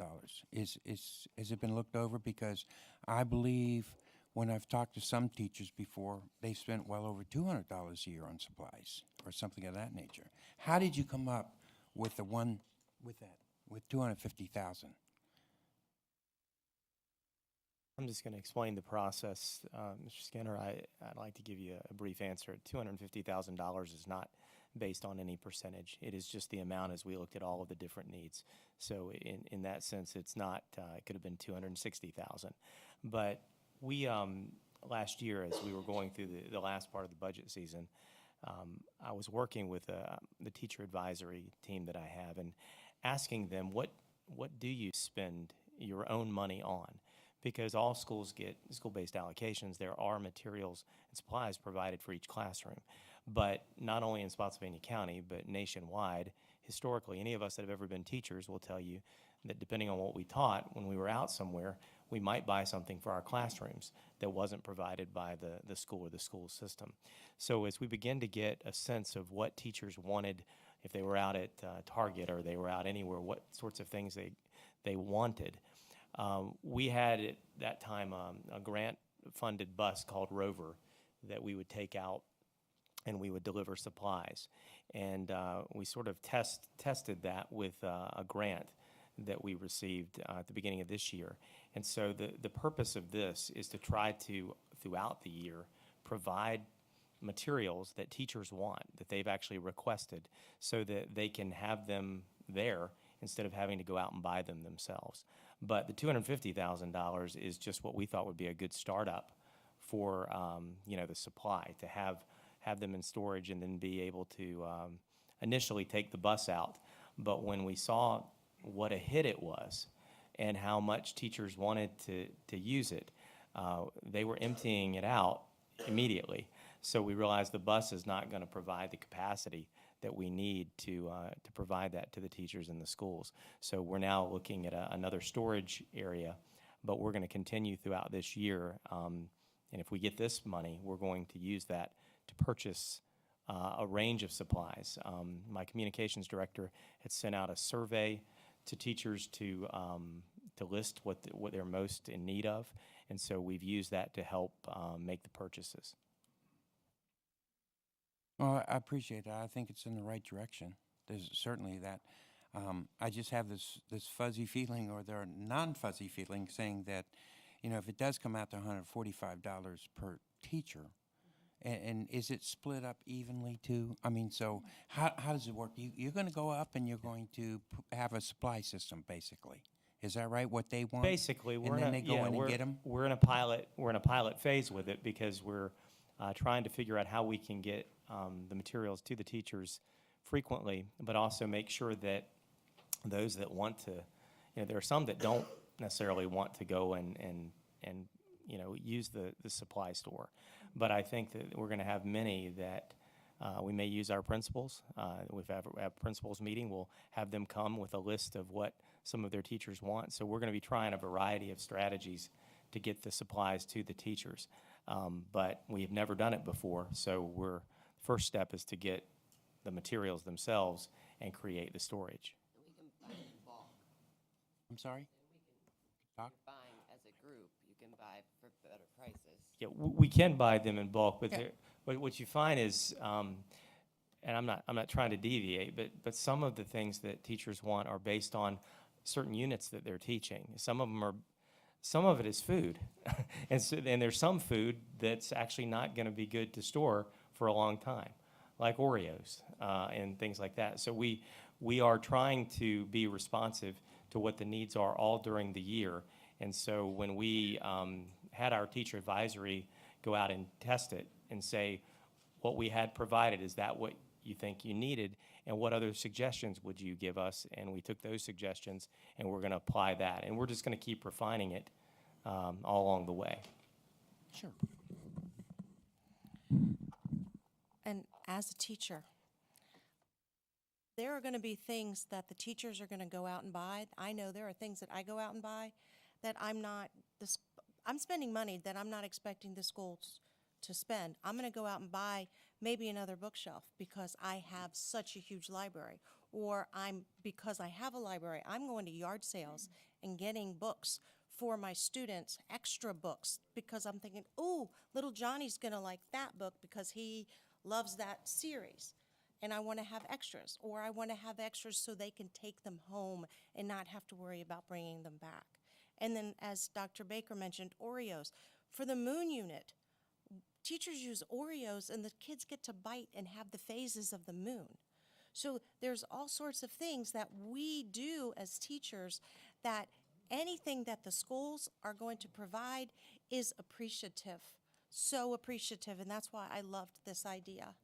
But as a teacher, I know I could go to Target tomorrow and I'm going to see something that my students are going to like, and I'm going to buy it. But because that's what the teachers do. That's what teachers do. Their heart is with their kids, their own children, if they have them, but their students, because when we're at school, they're our kids. And I think what we want to do with, if we had more, we would want to do more. But I'm just glad that we get to help our teachers out some. Well, I'm not against this. I'm for it. And I'm not sure 250,000 is enough. And the reason I say that is because when I visit schools, and it's in the beginning of the year, how often do the teachers run out of copying paper? That's one of the biggest issues I've heard. From teachers. They say, well, we're done with our copying, our allotment in the first 30, 60 days of the school year.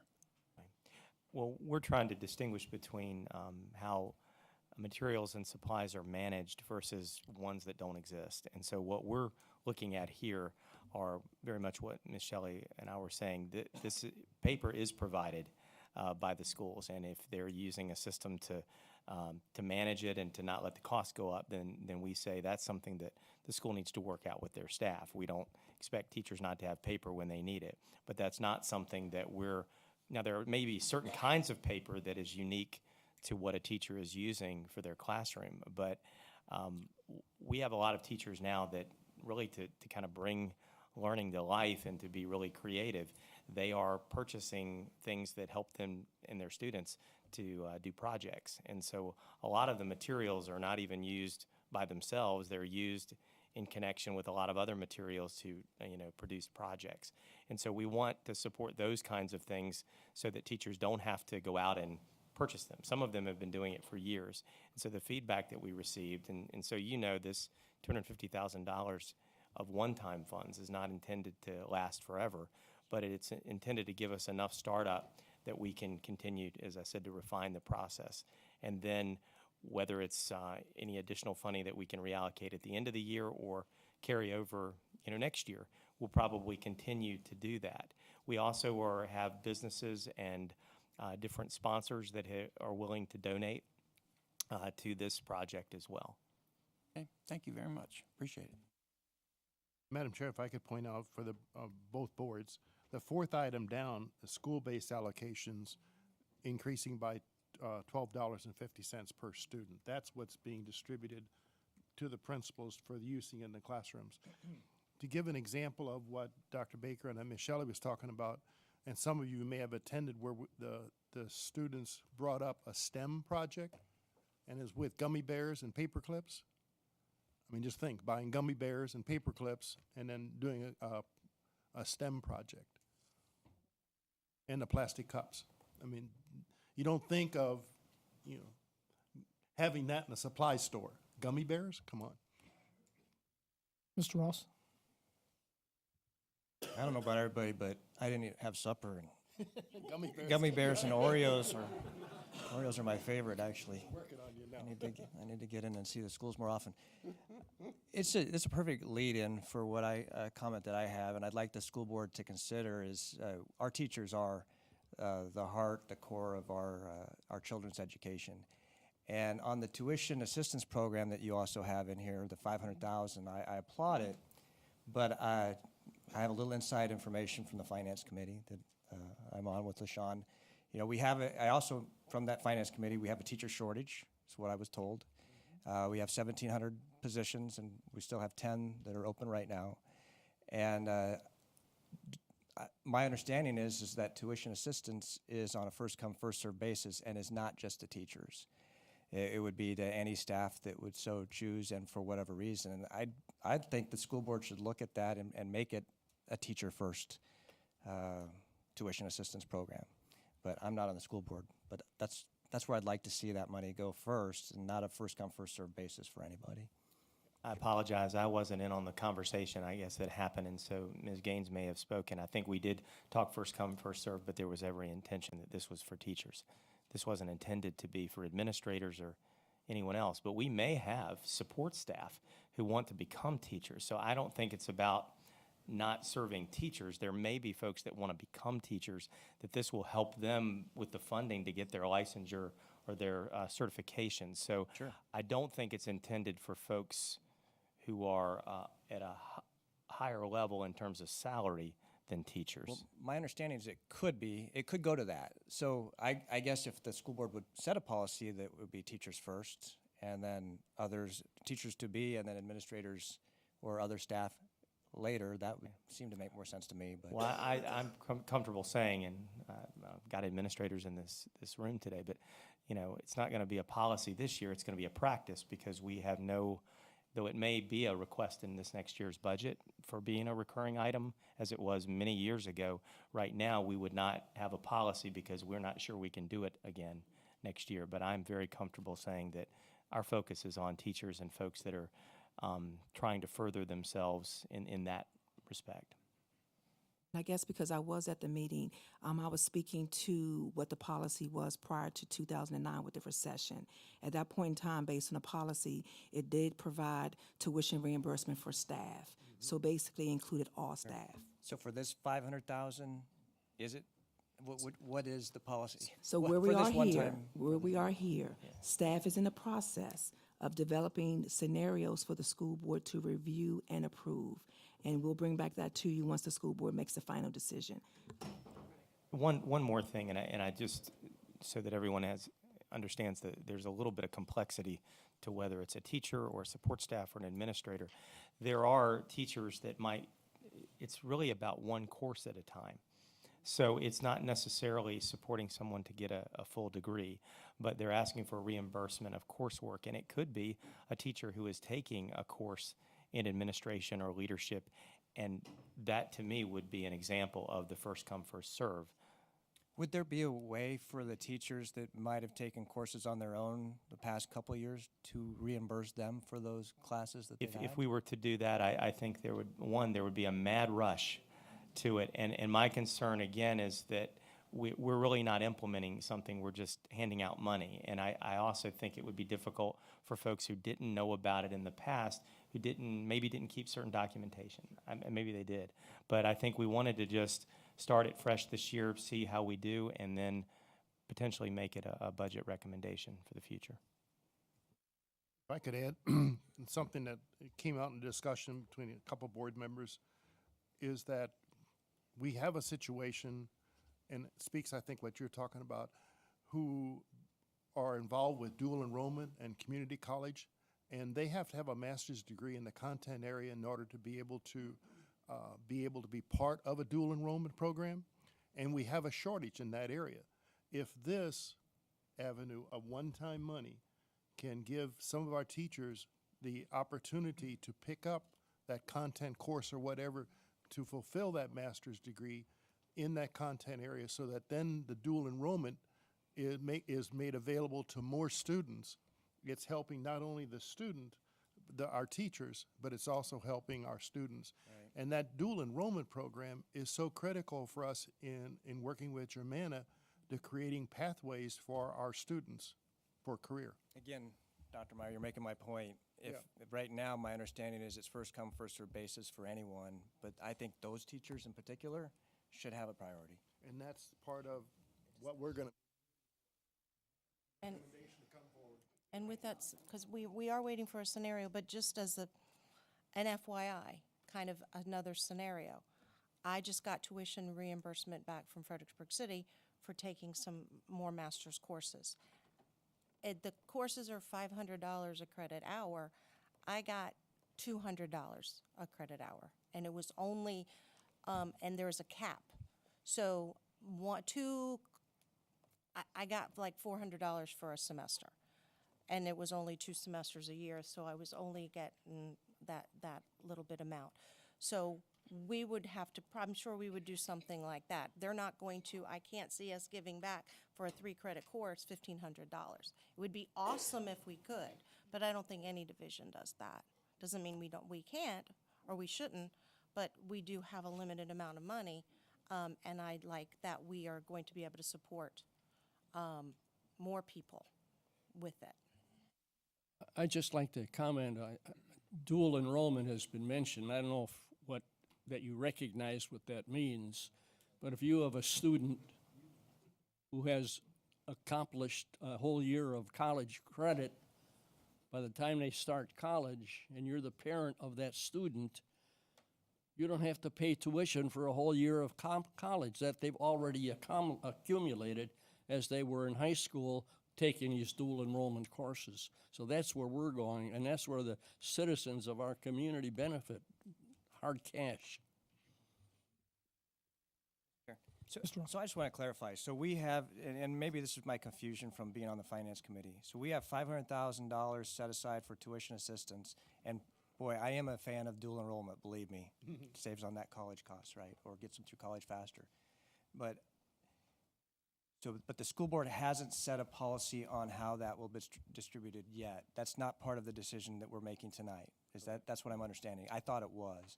So that's great. Correct. Mr. Chair. Mr. Marshall. I have a question. I'm going to direct it towards Dr. Baker, and I apologize if I'm not putting it in the right to the right person here. But the $130,000 for the high school testing support.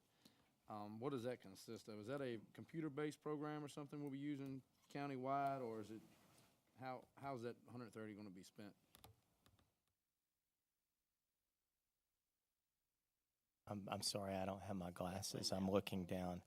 So one of my folks is probably coming up, but so. Oh, no, that's okay. Trying to get here. Yeah, so Locked in. you're saying the fifth one down, high school? High school testing support. High school testing support. I'm just wondering if it's going to be just distributed out to Okay, be used. so is Carol coming up? She wants to, I'll let her take that one.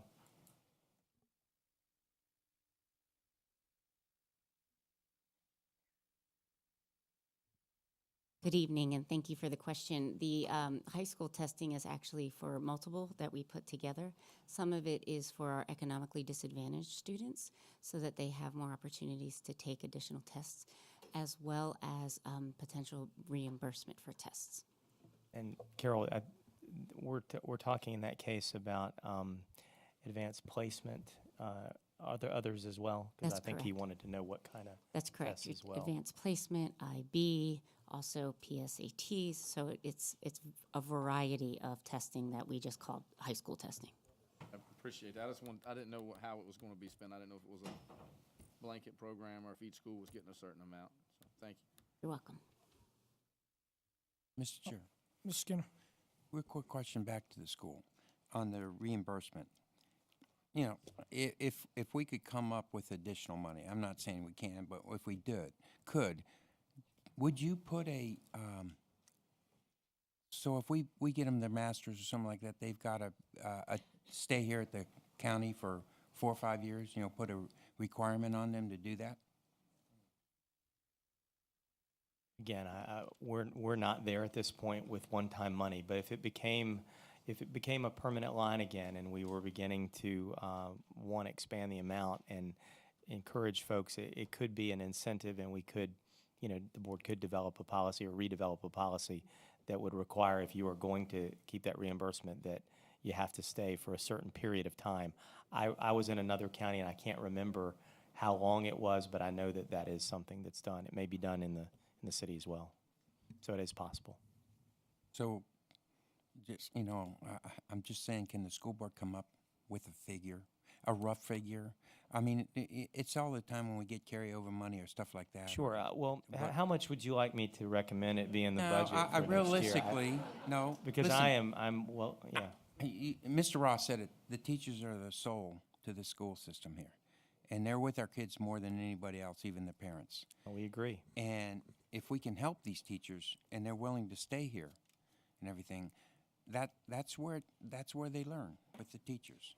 And I'm not saying just go out and ask for $10 million. I don't, but how about a program that you guys can come up with and present it to us sometime that says, look, we could get 25% of our teachers, or for 50 for so much money per year.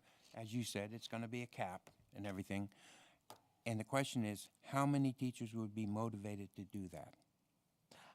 I agree, and I think that this is a first step among many to try to mitigate, the shortage that everyone is experiencing. So that's why we are starting out, again, to test drive the process again. But I think it would be one of many different types of things we would try to do to recruit and retain staff. But I still believe the number one is going to be salary increases. When you said, I think it was Bonnie that gave the first, you said lack of turnover of staff is why they had some of the reasons that we had the carryover, I guess. So the question is, when you say staff, are you talking about teachers? You're talking about what staff are we talking? Are we retaining more teachers now? It's primarily teachers, but what has occurred when you prepare your budget in May, you're preparing your budget based on the teachers at that time. And of course, you have teachers who retire, and then you replace them at a lower step. So we're doing great with retention, but also you always just have natural attrition. So in this particular question, it is primarily with your teachers in the instruction area. Okay, thank you. That's all I got. I have one more question. Do you have any more schools that are in need of security or safety upgrades? I know we've taken care of, through yourselves, the sheriff, and this board, every school now will have a school resource officer in it very shortly. The funding's there, already said and done, but are there any other schools that need security upgrades, safety upgrades, entrances, stuff like that? Yes, one of the things that and I appreciate the board's appropriation of the 2.6 million savings in debt service. We haven't fully itemized that, but in terms of the focus, it's in two areas. One is in maintenance, and the other is in technology. But it all is combined to continue to finish any entrances that we have not finished. And I believe as we begin 2019-20 school year, not only will we have the one-to-one SRO support that you mentioned, but we will have reconfigured all of our entrances, and I think we'll have also increased our, we'll have made upgrades in our security cameras. We'll have made upgrades in our looking at a keyless entry system. So there's a number of things that that money is going to help So you already have those monies to do those improvements? Yes, we do. Yes, we do. Yes. Okay. Thank you. I appreciate our staff came up, and I apologize for my ignorance on the matter, but we do have a policy that can be activated upon the use of that $500,000 for tuition reimbursement.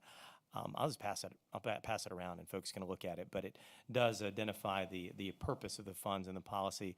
There's a form that's part of the regulation, and it also, to Mr. Skinner's question about they previously would sign a tuition reimbursement agreement that obligated them for, I believe, 2 years in the division. So I'm just going to pass that around. Thank you to Michelle Colbert, our HR Executive Director, for bringing that up for me. It just hasn't been active because it hasn't been a line item in our budget for years. But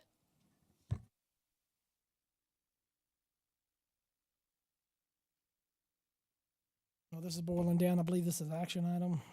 So, anybody wants to make a motion? I'll make a motion to approve.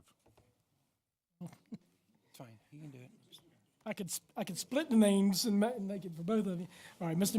Yakubowski's motion is to approve the $3,877,402 for the schools.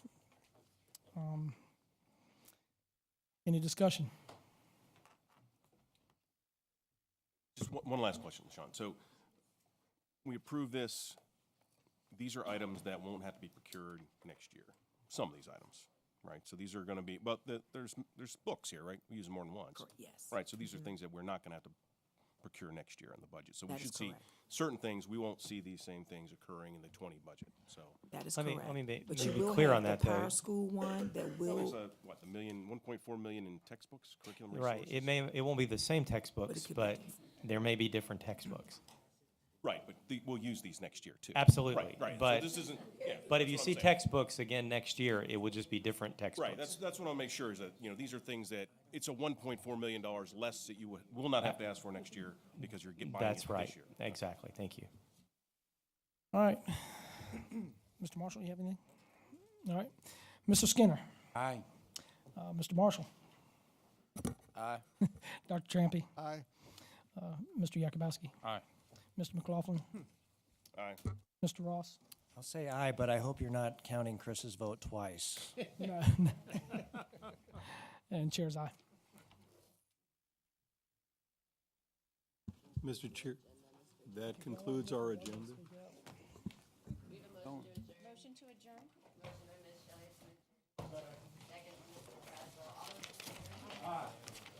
Merry Christmas, everybody.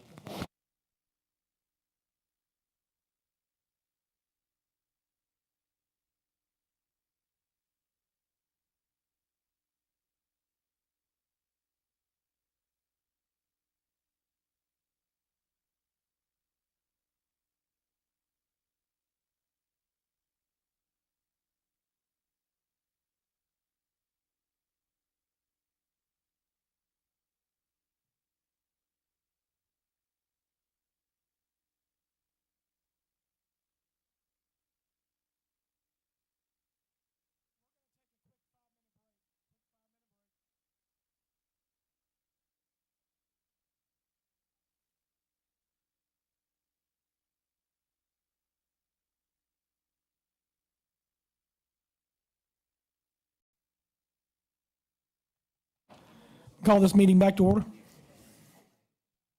Sir, Mr. Chairman, this brings us to a session of status update on the S-Power solar energy facility applications. Good evening, Wanda. Good evening. Thank you, Mr. Chairman, members of the board. At the last board meeting, the board asked staff to prepare a work session with the Board of Supervisors and to see if the Planning Commission would be interested in calling a special meeting to also attend. We do have several members of the Planning Commission in the audience, but they did not call a special meeting to have a joint work session with the Board of Supervisors. May I have the floor computer, please? What I'm going to do is go through an overview of the special use permit project and talk about the status, the review process, and then there are a few specific topic areas that board members had requested be addressed specifically. And so we'll go into those with these gentlemen here towards the end of the presentation. There are 3 special use permit applications associated with the S-Power solar energy facility. The reason for this is that there are 3 separate land areas, and with special use applications, while S-Power views this as one large 500 megawatt project, with special use permits, you cannot have one large single special use permit that is over discontiguous areas. So that is a reason that there are 3 separate ones here. The first one is Site A, which is our SUP 180001. That is the largest of the 3 at 5,200 acres. 2,800 acres are proposed to be disturbed, and that is 400 megawatts of the 500 megawatts of the power. The second special use is Site B, and that one is located here on the south side of Post Oak Road. That one is 245 acres total. 200 acres is proposed to be disturbed, and it would have 30 megawatts of power. And then the third one is tucked between the two off of West Catharpin Road, and it is 905 acres total, 500 acres disturbed with 70 megawatts of power. I did amend the presentation since it was originally published in Novus to add a few items that were requested by various board members, and one of the items that was requested had to do with the amount of acreage that the project covers in relation to the county, in relation to the Livingston district, and we also included in there to use a measure that we'd have in our comprehensive plan, the primary development boundary versus outside the primary development boundary. So you can see here the number of acres of the site in total, what percentage of the county it encompasses, Livingston district, and then the percentage of the land that's outside of the primary development boundary. The process, the application was originally submitted in January of 2018. It was not deemed complete until March 30th of 2018, and that's important because the Board of Supervisors per code has 1 year to act on a special use application after it's been deemed complete. So March 30th of 2019 is the deadline there, unless the applicant consents to going beyond that time frame.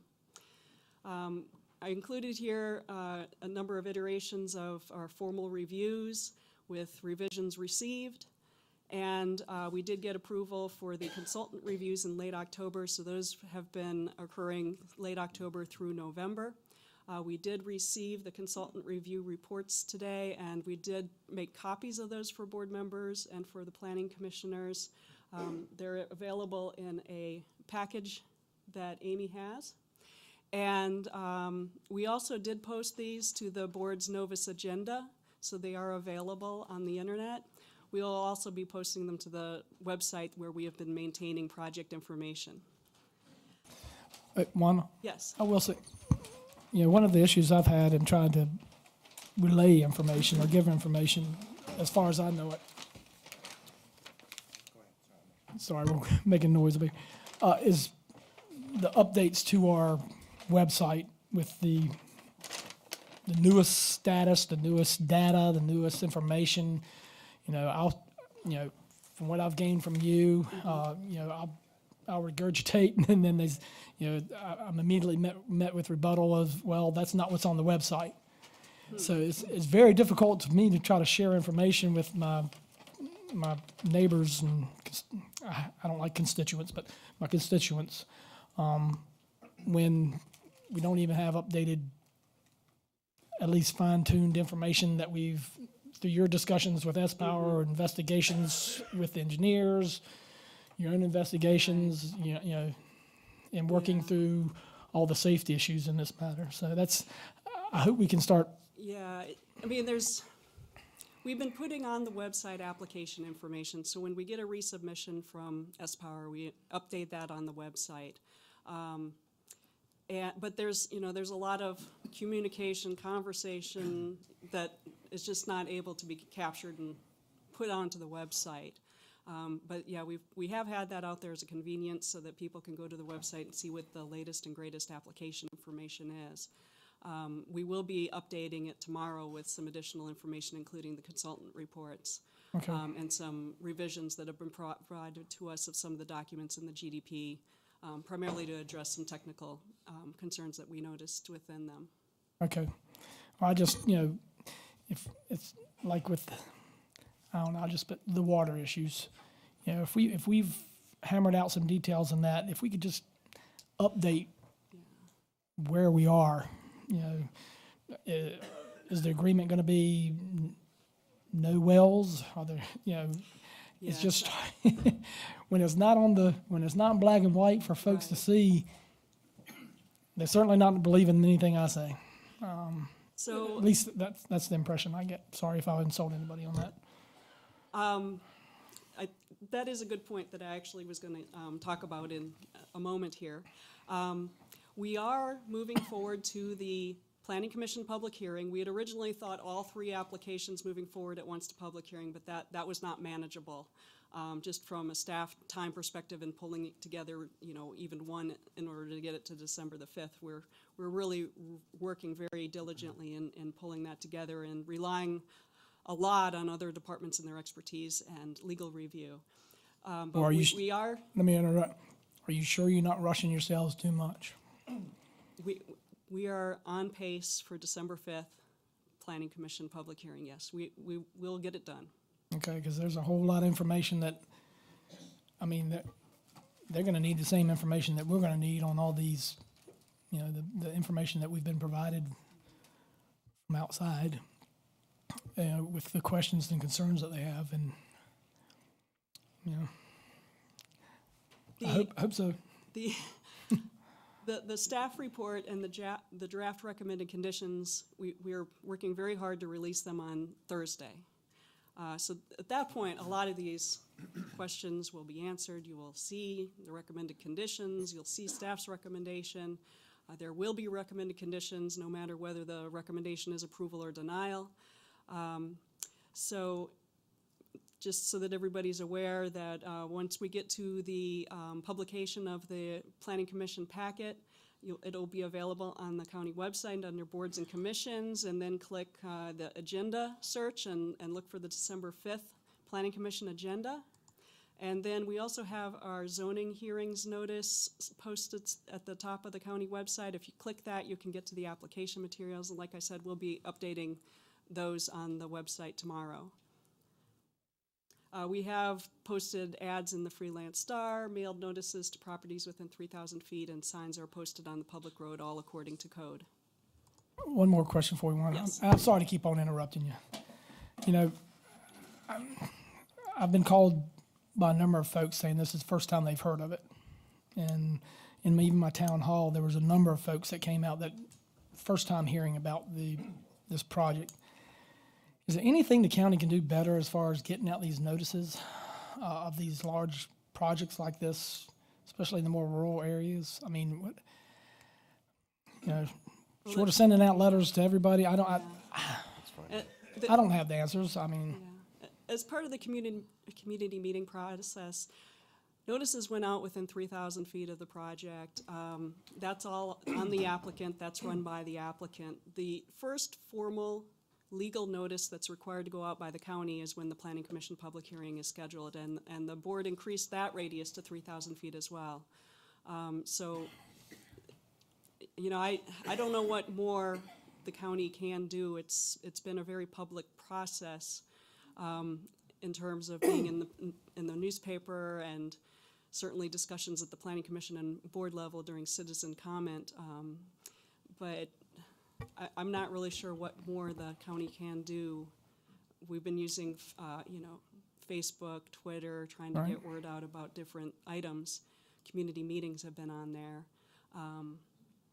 But really, this is the beginning of the public process. I know that this has seemed to be a very public process up until this point, but this is truly the beginning of the public process, is when the staff issues its staff report and its recommendations to the Planning Commission. We don't issue those to the citizens beforehand. We can't discuss them tonight. We're still in the process of finalizing our staff report and our conditions, so unfortunately, there are not going to be the answers that some people might be anticipating this evening. Wait 2 days and we will have those available for everybody. So I don't know at this point what more notice could be done, frankly. Mr. Chair. Ms. McLaughlin. Quick one. It's really actually Mr. Ross' question here, but on slide 2, I guess that's 2, it shows SUP 1, 2, and 3, site A, B, and C. Yes. And then we talk about on slide 4, special use permit application current status. Are all 3, because you only say SUP 001, is 02 and 03 going to be on the same timeline, or are they separate?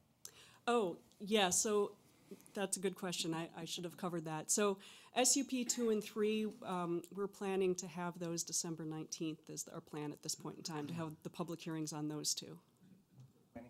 The Planning Commission public hearings, yes.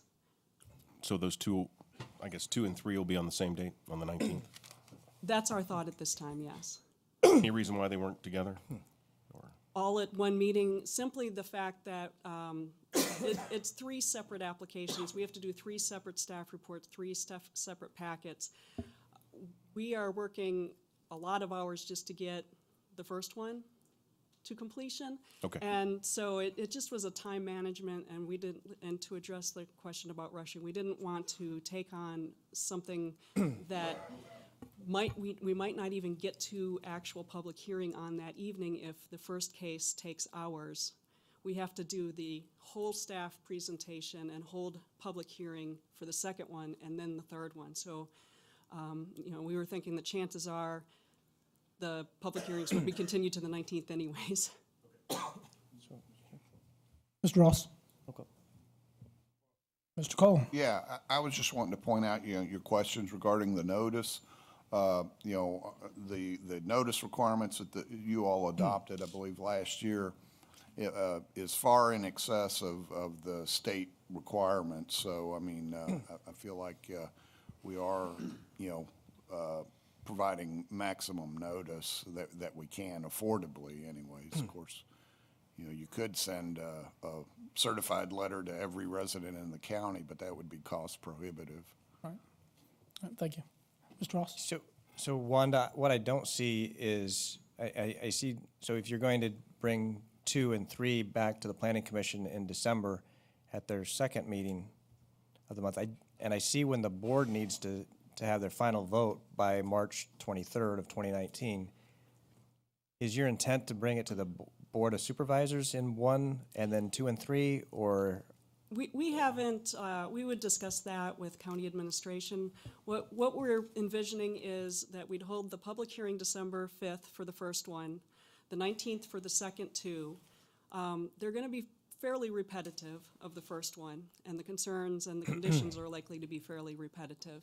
So what we're envisioning is that if the Planning Commission continues the vote on the first one, they can also continue the vote on the second one to say in January and address all 3 of them at one meeting with votes, and then they could all 3 pass on to the board, either all 3 together or separate, depending on feedback. Gotcha. So I, you know, Mr. Benton just said, are you rushed?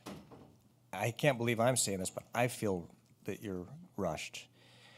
The citizens have brought up 15 instances of where this violates or is in conflict with our comprehensive plan.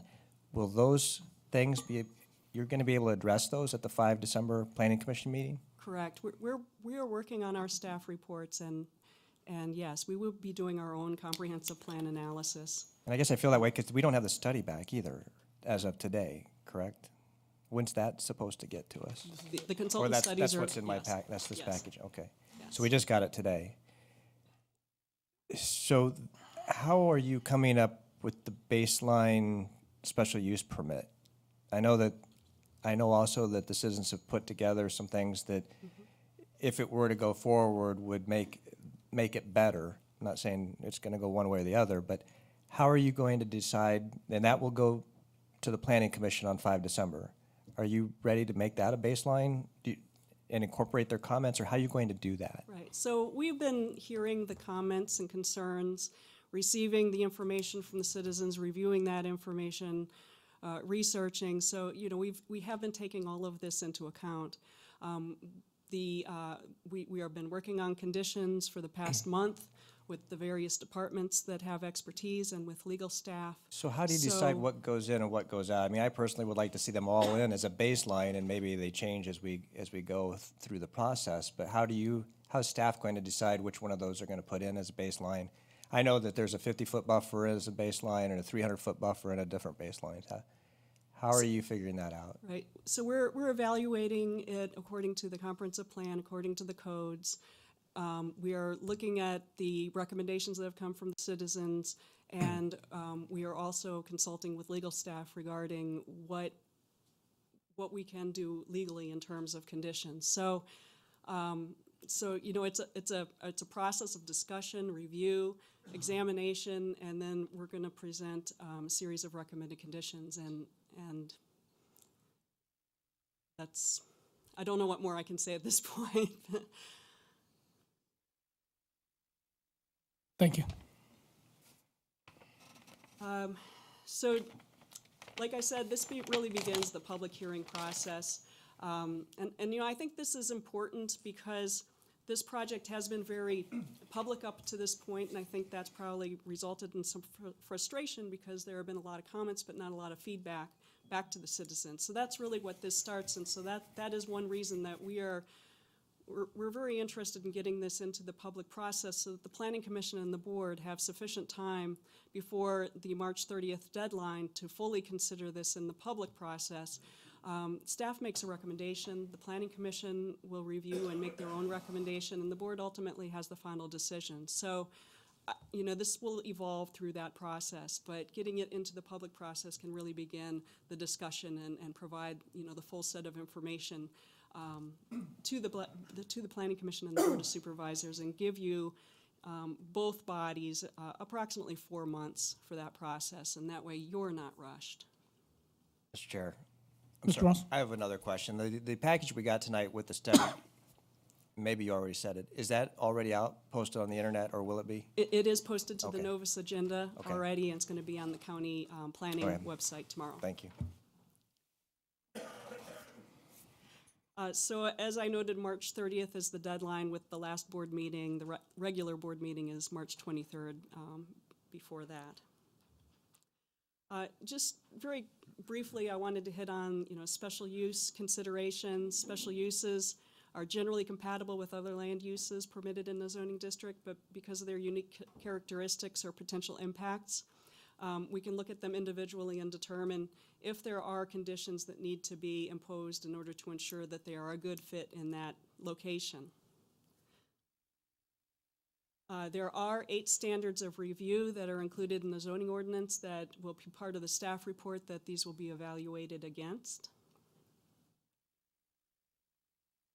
And then the zoning ordinance also includes a list of conditions. These are sample condition types, but you're not limited to these types of conditions in the conditions that are ultimately adopted by the Board of Supervisors, should the board choose to approve these applications. For this specific topic, we've been looking at a number of major topic areas. And it's important to note that this type of project has 2 very distinct phases, one being the construction phase, which is very active, a lot of impacts, a lot of personnel on site, noise, and then the operation phase, which is a much quieter phase.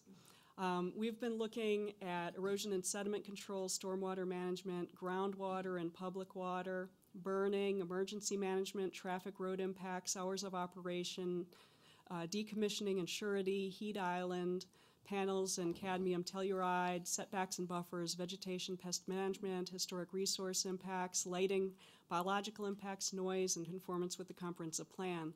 Those that are starred are items that we've had some assistance with the consultants on, and then the ones that are in brown were some particular topics that the board had asked that we provide a little bit more information on in this presentation. Talk a little bit about the buffers that are proposed by S-Power. This is the key from their generalized development plan. I was asked to show the plan with the buffer areas that are proposed with buildings that are nearby, and on their plan they have in red dots buildings within 100 feet of the property boundary. Between 100 and 200 they've got in orange, and then in the blue color it's up to 300 feet from the parcel boundary. So you can see here this is the SUP1 that will be moving forward December the 5th. What they have as a standard around the property is a 50-foot setback. It's greater in places because of the panel placement. For example, there are areas where there are wetland impacts, resource protection areas, so naturally the setbacks will be greater in certain areas. You can see that the areas of homes within The proximity is noted, up to 300 feet. We've got in Fawn Lake. We've got some areas along the north side of the project. And then we've got some areas here along the south side of the project on West Catharpin Road. And Chancellor Meadows Road is one of the roads that we've heard about from citizens. That's in this area. So you can see that there are clusters of residential properties with homes that are in close proximity in a few areas of the project. The applicant has provided for some landscaping and berming within those areas, and staff is further examining those areas as part of our consideration in the staff report. Let me interrupt you. Mr. Taylor or Wanda, I'm going to ask for a color copy in my packet.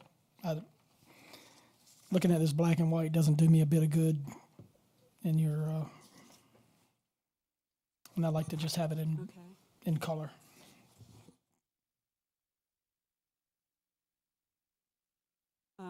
And then again, for the second SUP,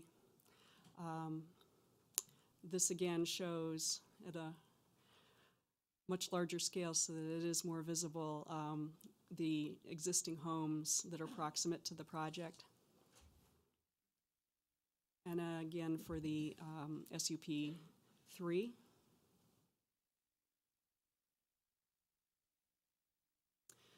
The fiscal impact of the project, there is a rollback tax. Much of the land is within land use currently, so the rollback tax is a one-time payment of about $600,000. The Code of Virginia does provide tax exemptions from local property taxes, and for this particular project at its size, the exemption is 80%. The county will collect taxes at the real estate tax rate on 20% of the assessed value of the facility. And the assessed value will not come from the county's assessment office. It will actually be assessed by the State Corporation Commission. S-Power did provide a fiscal and economic impact analysis, and just looking at the fiscal side, based on their value of $552.5 million, and at the current tax rate, on the left-hand side, I have the year 1 tax revenues under those assumptions, year 10, 20, and then year 24 on, and what is happening there is the depreciation is affecting the revenues that would come to the county. What is on the right-hand column, they also did an evaluation related to the composite index, and basically as the county becomes more wealthy, it pays a greater share towards schools, the state pays less. So with any project that comes in that's going to provide greater revenue to the county assumes a little bit more of the share of the state, of the school funding. So what the right-hand side does is it takes that into account and backs out that amount of money. Mr. Chair. Mr. Chair, Mr. Skinner.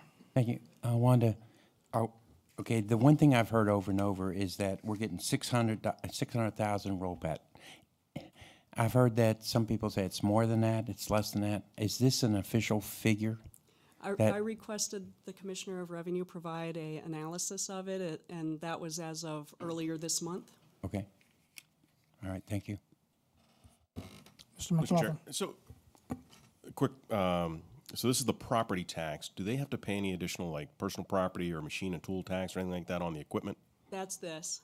That's what this is. That is the property tax? Yeah, the way the state code is written, they do not pay a different tax rate. They pay the lower real estate tax rate, essentially, for all of their machinery and tools. So this is the only taxable income from the project? From the project, okay. Yes. Yes. And moving on to some of the other topics, we've got environmental construction. Thank you, Wanda. I don't think I know how to deal with two mics. Thank you. Mr. Chairman, members of the board, the Zoning and Environmental Department has been reviewing a overall stormwater concept plan, And here, through meetings, which have been weekly meetings, and through communications with our third-party independent engineering firms, that would be Sullivan, Dono, and Ingalls and Welford Engineering, that master stormwater management plan was farmed out to their engineers for comment. And then we've had meetings with other personnel to come at some of the things you see on this slide for the environmental construction aspect. There will be, I think for probably the first time, conditions in the conditional use permit relevant to environmental conditions. Usually those things are by a minimum code requirement post the approval of a special use permit. So here they're advanced up in timing prior to the actual permit for special use permit, and the things you see here will become part of a special use permit eventually. For instance, the minimum code would just entail silt fencing, typical on most commercial industrial sites. Here, this in the template that's been presented for the first zone, which is, I believe, called Zone E, which is the first SUP 001, they would be using super silt fence method, which is used on properties that have higher than normal slope. That is actual silt fencing that's trenched in with metal fencing and metal posts and metal wire behind the silt fence. So as you may have water flow toward the perimeter of the property, you'd have this really a stronger barrier. They're also going to be using, as proposed on their plan, mulching wherever possible on the site, a mulching buffer of at least 6 feet wide and 6 inches in depth that would give additional slowdown of any sediment movement and additional filtering. State law standards, when you construct and you're moving dirt, you have a sediment basin. So as raindrop erosion hits the land, it moves sediment down slope, down contours. There will be constructed basins. These are some of the first things that'll be constructed on the site. Those basins will be oversized per the Virginia Code. And also, I think this is a very key thing, is that they will be cleaned out at a higher frequency rate. They're normally cleaned when they're at 50% full capacity. These are structures, to describe them, they're basically, if you can visualize the infield of a baseball field, and then slopes up from that baseball infield, they go up about 15 to 20 feet. Water comes in, there's a riser that goes through an embankment. Water comes in, water rises up the reinforced concrete riser. It allows for the storm surge to then filter, so that cleaner water then, if the storm goes high enough, there's an orifice that's engineer designed that will let the cleaner water out through the piping in the embankment. So in most storms, they should be contained in those sediment basins. And these sediment basins will run at the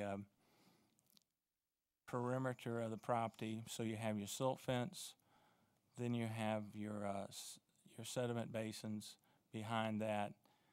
Then an additional thing that the construction company, Masterson, has proposed is upslope barrier protections with using siltation socks that are laid in a trench to additionally slow down sediment and contain sediment. Ultimately, those are biodegradable, where they can be cut when the project's over with, and they just provide additional biodegradable material. Another thing, after stabilization happens on a site, the state code generally, you will go in and see people take out temporary sediment basins. They're going to convert these temporary basins to permanent basins, which then will ultimately add to vegetation. A lot of times they will sometimes start revegetating into a natural state that will provide additional filtering of any water in the future that would go down slope from the ridge tops. On-site personnel have been dedicated to E&S upkeep.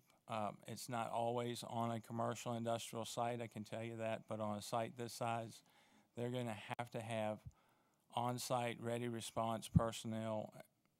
We're getting more frequent storms, we're getting harder storms, and so when you have that first hour of a duration of storm, you get a flush of water that starts moving soil on a site. So we need to have personnel there on site where they're doing the land disturbance. Responsible land disturber is a person designated under Virginia Code to be responsible on site and on duty. They're not always required to be on duty. They have to have a certified person. That person goes through training. They have to take a test through DEQ. They have to be certified by DEQ, and they have the title RLD, Responsible Land Disturber. Masterson, the construction company that's going to be on this site, will have RLDs, certified personnel on site. Diversion windrows is another design technique that is not atypical of construction and industrial and commercial sites. Additional windrow barriers are going to be designed in their template that directs flows, so you don't have potentially too large areas going into a basin and overwhelming it. These barriers will be up at the top of the ridges. If you can visualize a Civil War trench, it's just that simple. Water goes in the ditch, it can't get out the ditch. It follows that diversion ditch, and then it's released into an area where the design basin will take that water flow. Broadcast seeding is typical and allowed on commercial industrial sites. The proposal under this environmental plan will be to drill seed for quicker seed germination, so the sites will green up faster than a typical broadcast of seed. Soil testing is not required on commercial industrial sites. Here, soil testing will be done. Amendments will be added to it if they find acid sulfate soils. Additional amendments like lime has to be incorporated and disted into the property to ensure that you get a good stand of seed mixture to come up quickly. Equipment is going to be is not. A lot of times you'll see construction equipment and they're working on the building, and the construction site only has equipment that's dedicated to the building. Here there's going to be construction equipment dedicated to the actual erosion controls and erosion repairs. We believe that our third-party inspectors have told us, engineering firms, that they can have certified people in drone technology. Flying a drone over an area will allow us to have video coverage. It is something we haven't done before, but it's something that it seems like it would, the sites would avail itself to it, because the drone could go down and more quickly than an individual walking the site. We had suggested also concern about areas of total open area of no more than 400 acres in aggregate. Our third-party engineering firms have assured us that they can handle 400 acres of open area through inspections protocol under the DEQ inspections mandate, which is to go to the site every 10 days or within 48 hours after a rainfall event. That's actually being increased to 24 hours after a rainfall event in new stormwater regulations. We just met with DEQ today in Richmond.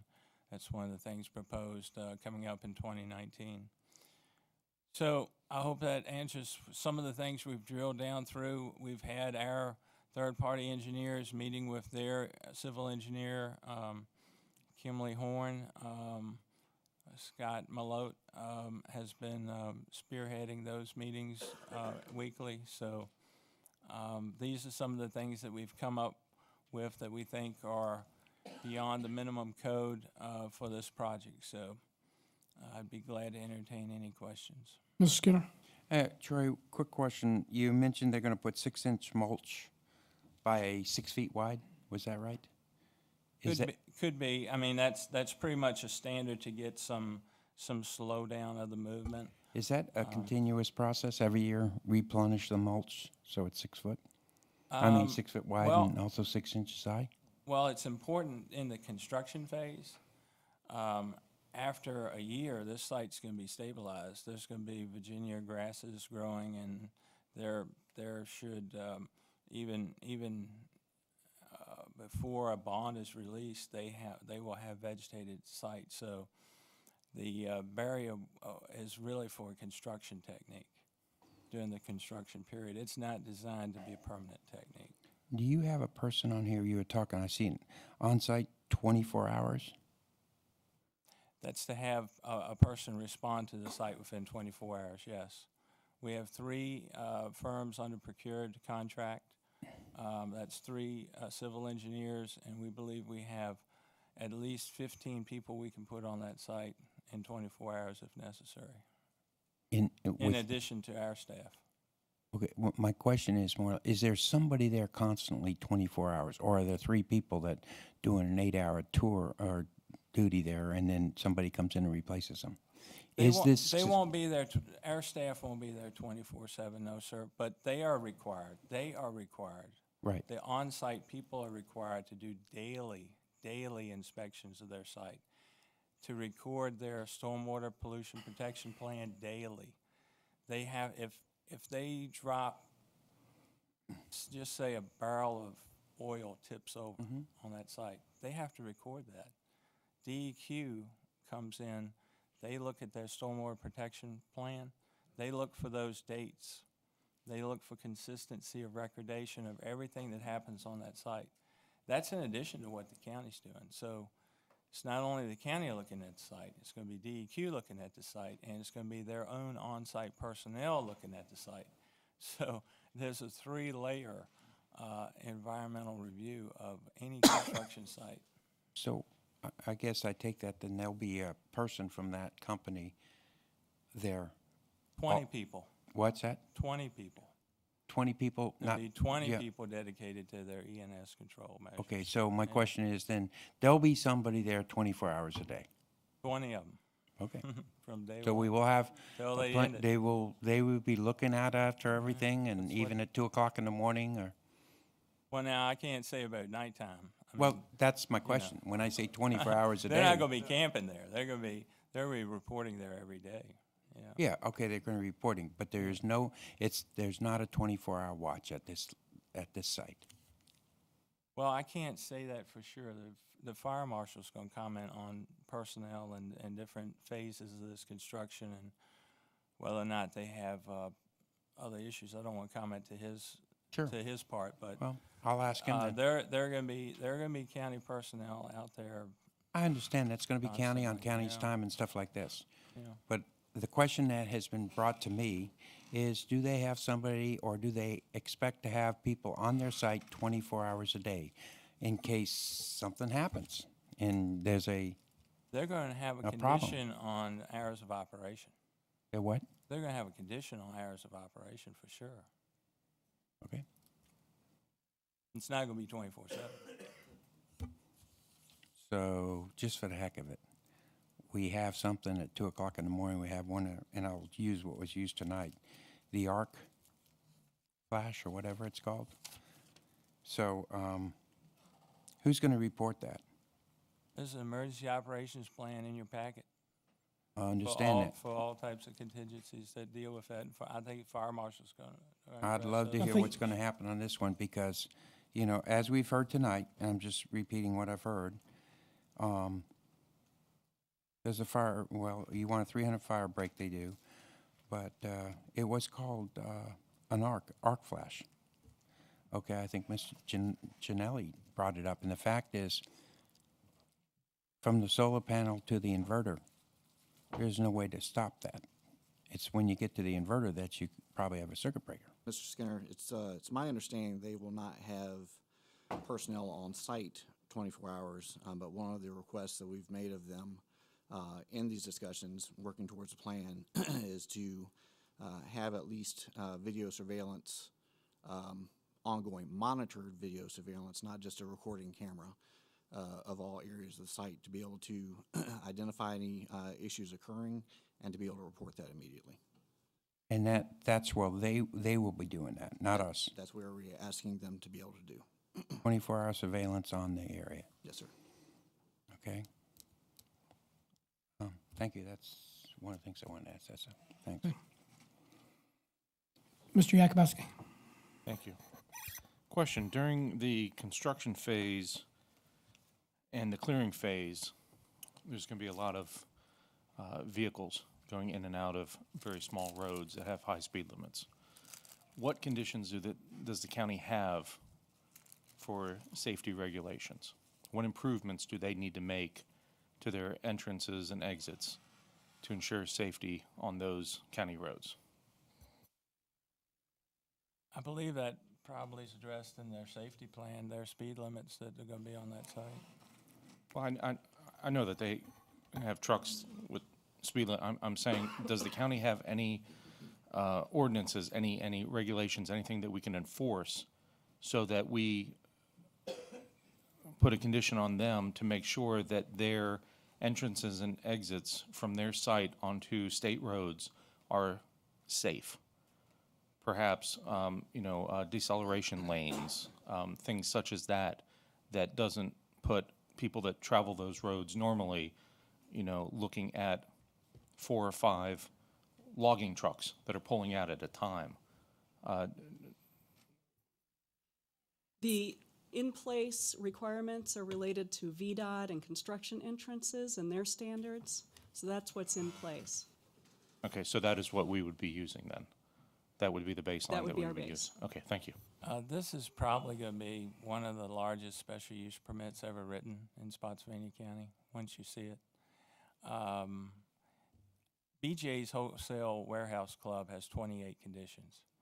That's the record holder of all special use permits that's ever been approved in Spotsylvania County, 28 conditions. And BJ's Warehouse, that was pretty significant conditioning of BJ's Warehouse, which has probably been there 25 years, or 20 years at least.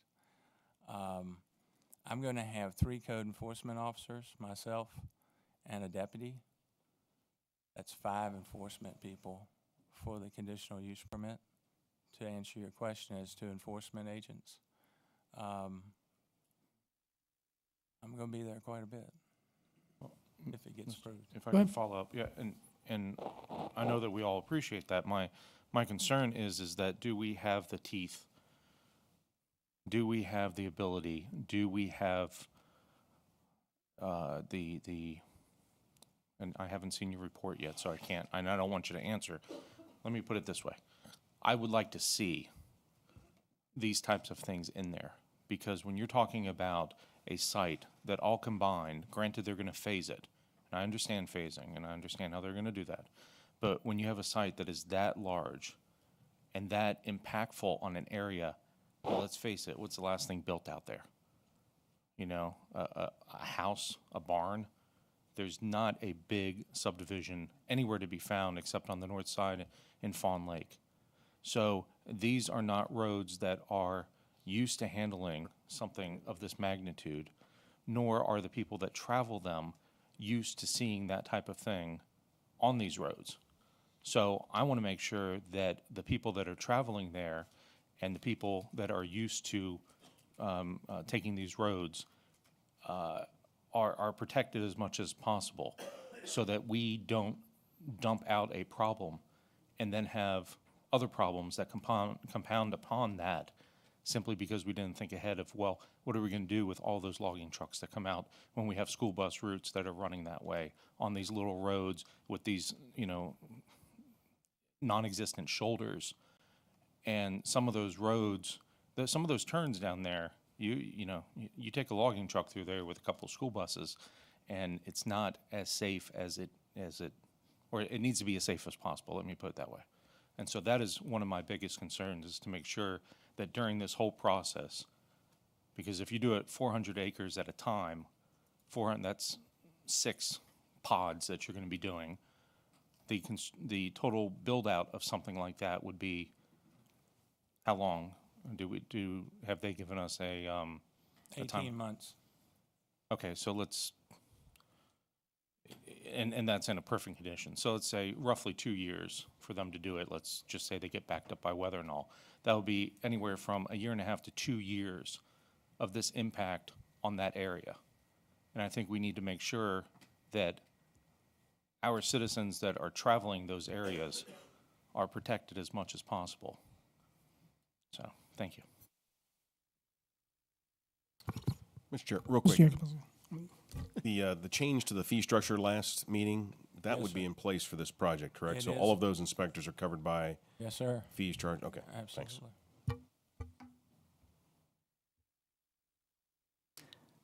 I think you can go on.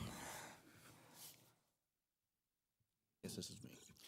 I'm just going to touch on these very briefly. These are just some areas that we have been discussing and are asking for attention as we move through the document. So we've had a lot of discussion over the past several months. I've probably read more on solar panels than I ever thought I would in my life over the past 3 months. Me too. Yeah. So some of the things that we're most concerned about is making sure that both during construction and during the operation of the facility, that we have access by emergency crews in our vehicles to all areas of the site that are going to be worked on. And by that I mean passable roads that are not going to be muddied or having ruts in them that we can't navigate with some of our larger vehicles if we need to get them back there. So that is a discussion that's ongoing, trying to actually, even I think as recent as today, trying to identify some maps of some of the roadways that will be in there. And discussions about the construction of those roads as far as to what standards, making sure that they are going to be compacted to the level that will, I guess, essentially to VDOT standards for the compaction, to be able to carry the weight of the vehicles that we have, as well as any bridges or anything to cross over streams and so forth, however those are constructed. They would be expected to be to that same standard. Other issues that we're trying to deal with are just general safety to the people in the environment during construction operation. That kind of covers the entire gamut of this operation, making sure that through the emergency response plan for the construction phase of it, as well as the operation, it addresses the needs of dealing with things both on site and immediately adjacent to that, as far as the property owners surrounding it. So I think we've gone through that in pretty well detail as far as the requirements that we would expect as far as training and capability of the solar farms personnel, the training that they would need to have, the equipment they would need to have to be able to respond initially and to report emergencies on site, and then to contact us, as well as provide training specialized regarding the photovoltaic panels and systems to our department, so that we can handle any kind of emergency that occurs on scene. So that has been part of the discussion, as well as has been a part of the discussion for a lot of people, is available water on site. And realizing that that area of the county, there are very few static water sources that we can actually draw water from. And some of the topics of discussion are locations of essentially tanks, above ground reservoirs, and the availability of water within those not only for use for emergencies on site, but that would be accessible from the entrances so that we could actually use those in the community surrounding the actual facility. So looking to make sure that any improvements are made available to the rest of the community there as well. Landscaping, excuse me, to reduce the chance of potential fire spread. We've been discussing the incorporation of fire breaks, the various landscaping that needs to occur, tying that into roadways, so that if a fire does initiate in one of the arrays, that we essentially are able to contain it before it spreads off-site. Whenever we confront a fire, whether it's in a type of facility, anything like this, or even in someone's home, we first try to make sure that we protect the exposures, we confine the fire, and then we extinguish it. So that's the same type of operation that we will be undertaking in this situation, where we would try to protect the outside properties first, confine the fire within the facility, and then extinguish it. So a lot of discussion about that and how to make sure that all areas are contained within that as far as fire spread. Primary consideration being of the vegetation that's going to be in the facility. And finally, just because of the potential for incidents on site and realizing there's additional needs that we've been discussing for years in that area of the county in Shady Grove for the additional placement of a fire station sometime in the future, looking at the possibility of identifying some property for that. Again, both to serve the site as well as their neighbors.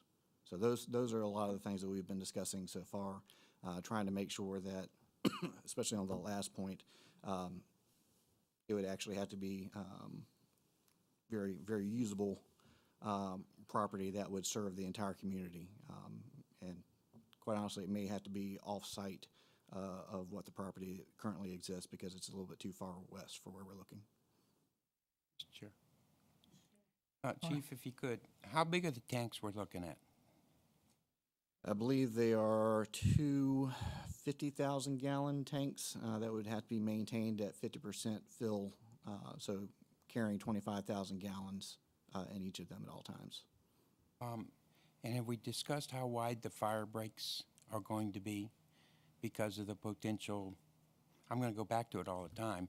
If you that flash point where fire, arc flash, excuse me. The greatest potential for fire spread in this facility is going to be through the vegetation that's on it. That's right.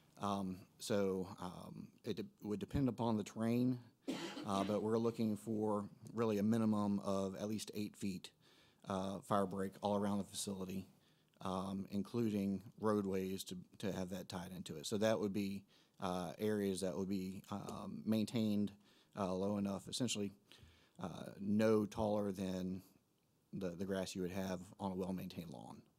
Well, here's my concern about that. I do have a concern. I don't think 8 foot. I've just watched for the last month how many fire wiped out the entire homes, town, out in the west. And, if we don't know what the winds are going to be like when we do have a fire, so I hope you're considering worst case scenario.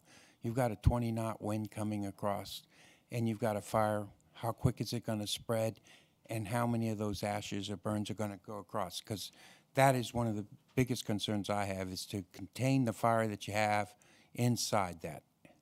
And personally, what I've seen on TV so far and all the lives we lost, 8 feet. 8 feet is nothing to speak against the concern that's there for that, and the tragedy that's occurred in California as well as many places out west.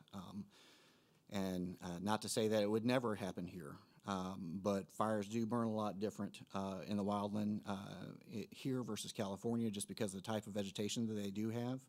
It's much oilier, I can't say that word, and a lot of the terrain, as well as essentially they're having hurricane force winds all of the time. So there will be areas that would probably need to be wider than that, just based upon slope, But on flat land, a fire break of that wide, you know, it's really about the same as a driveway, that we rarely have conditions that we would not be able to tie a fire lane or fire line into that.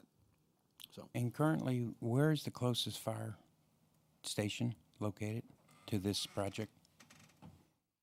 the closest to any portion of the project would be Fire Company 7 in the Wilderness. And its response time would be how much to that place, to that area? It's a few minutes down the road from the entrance, but realizing the size of this facility, to get to different places within the facility, you're talking an extended amount of time. So that's part of the reason that we would send multiple stations for anything in there. We'd have to figure out what the response time is going to be. But most likely, we would probably send the first arriving unit or first due unit to the closest neighborhood to make sure that we're protecting exposures, and then go from there. On those 50,000 required at 50% or 25,000 gallon tanks of water. Yes, sir. How are we getting the water to there? Is it pumped in from another, or is it brought in by truck and loaded, or how is It's that? my understanding that it would be, that the facility would haul it there via truck from whatever site they're accessing water. So if you put in a 50,000 gallon tank, why do we minimum at 25,000? Why do we say you only have to half fill it? They were planning on using that water from time to time for, I guess, regular maintenance and other tasks. I understand that, but So they don't want, we're basically saying don't drop it below that 50% rate while they're actually using water on site. okay, so they can't go below 25,000. Yes, sir. Okay, so it'll be above 25,000 at all time. Yes, sir. And is that available for fires Yes. from you guys and everything else? That's what we're asking, yes. And that's sufficient enough, you think, for a total of 50,000, because you got two tanks at 25 or 20? It could be 50 or 100,000. Let's say they're both full, and that's going to be sufficient? Yeah, that's 25 or 50,000 more than we currently have. Well, I asked the question whether it is sufficient. It really all enough. depends on the size of an incident. That's right. And what we have in there, I think as far as a vegetation fire, it's going to be more rakes on the ground and bulldozers digging things up. Okay. So I think that would probably be sufficient. I'd certainly be looking at that, and some, how you got to that point. Okay? Yeah. That's all I got. Thank you, sir. Anybody else? All right. Just want to give the board a basic idea of some of the key functions or key considerations we look at in terms of the potential for public drinking water access. And this goes not only for S-Power, but any major rezoning, special use, or anything that would have a potential impact on the system. Some of the basic considerations that we go through in this evaluation is, one, is a connection mandated? Is it within the primary settlement area? Is the water main directly on the property that would require the connection of the use to the facility? The size of the connection, you know, how much water can they take, or how much water they're actually looking to consume off the distribution system. Obviously, the larger the volume, it requires more review time and more evaluation to determine the impact. And really, the ultimate goal of that is to ensure there's no adverse impacts to the existing customers or overall distribution system from any new connection proposed. In terms of looking at what those adverse impacts are, we evaluate the overall pressure zone health. Basically, the distribution system is divided into different pressure zones based on where tanks are and pumping stations and things like that. And this is actually located within the Fawn Lake zone. So when we look at the overall pressure zone health, we look at redundancy issues, we look at fire flow, we look at the static and residual water pressures. Static is basically what you have at the tap. Residual is when you have a large flow like an irrigation demand, a fire flow demand, or something like that coming off the system. We look at the available water tank storage, the actual overall finished water availability, that's basically our plant production, and water quality. And then we also take a look at the proposal to determine if there's any system improvement opportunities that could be associated with that creates a benefit to the overall distribution system. And once we get into the actual staff report, we'll obviously go into much more detail on some of these features that were evaluated. Right now, based on the conversations we've had today, the potential S-Power connection is looking for a desired volume of around 100,000 gallons a day for construction and then that will drop down to about 350 gallons a day, which is basically equivalent to a normal residential connection during operations. It's really not that much to be drawn. It is not mandated by ordinance, so there's no water line actually on the property. It's not mandated to connect. It's not mandated to extend to serve that use. Once again, the public water is not on site. That means the nearest connection point to the current SUP under consideration would be through the Fawn Lake subdivision, basically somewhere near the dam location in the development. And as always, the cost of the extension of that utility to meet that developer and meet that site's use is on the developer. So, if somebody comes in and wants to do a 1,000-lot subdivision a mile outside of the existing distribution system, they have to pay to extend that line to feed those 1,000 homes. Same thing would go for this situation here. Based on the initial review of the stated desired volumes, in order to meet 100,000 gallons a day, there will be improvements required to meet those target volumes. And whatever connection is allowed, the department is going to make recommendations to basically control the volume, which is how much water, the pressure. And when I say pressure, basically the pressure impacts to the adjacent customers, which should be none. There should be no pressure impacts, no decrease in pressure from those customers. And then also evaluating and controlling the time of that withdrawal so that it may not be over a 24-hour period. You may be restricted between a certain time during the day based on the overall demands of the system directly in that pressure zone. So once again, these are some of the basic items that we are reviewing and we'll be going into considerably more detail on as part of the staff report. Dr. Tramby. Thank you, Mr. Chairman. How do you enforce the volume restriction? I realize after the fact you'll know how much they use, but are you able to stop them from exceeding a certain volume, or is it only after the fact? Yes, sir. We actually can stop any applicant from, or any customer from taking so much water.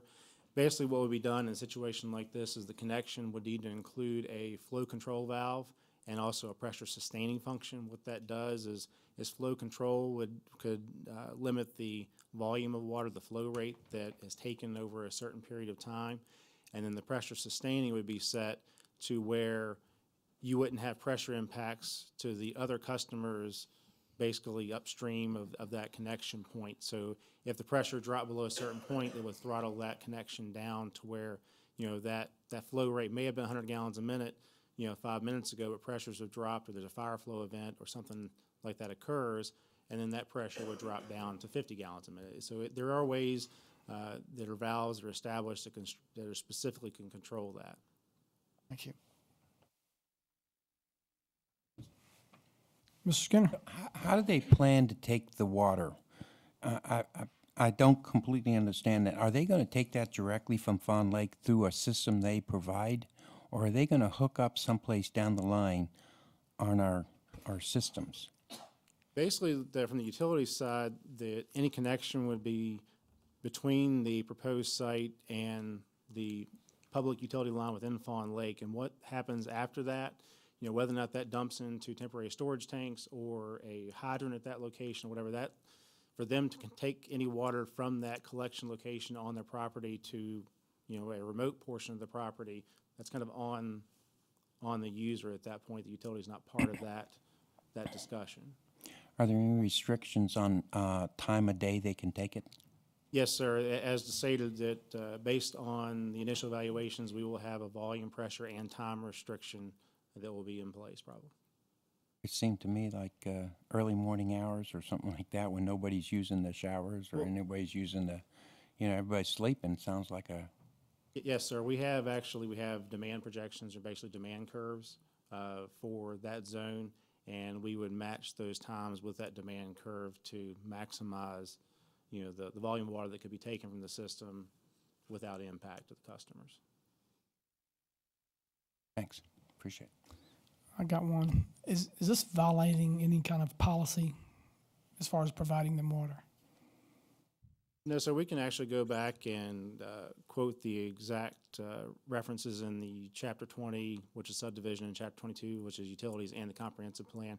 Generally, The way it has been looked at and enforced is that water basically can extend outside the primary settlement area without the change in the comprehensive plan or the change in land use. What really comes into question is when you deal with sewer, which this is not included in this discussion at this time, is because basically the higher density development follows the sewer.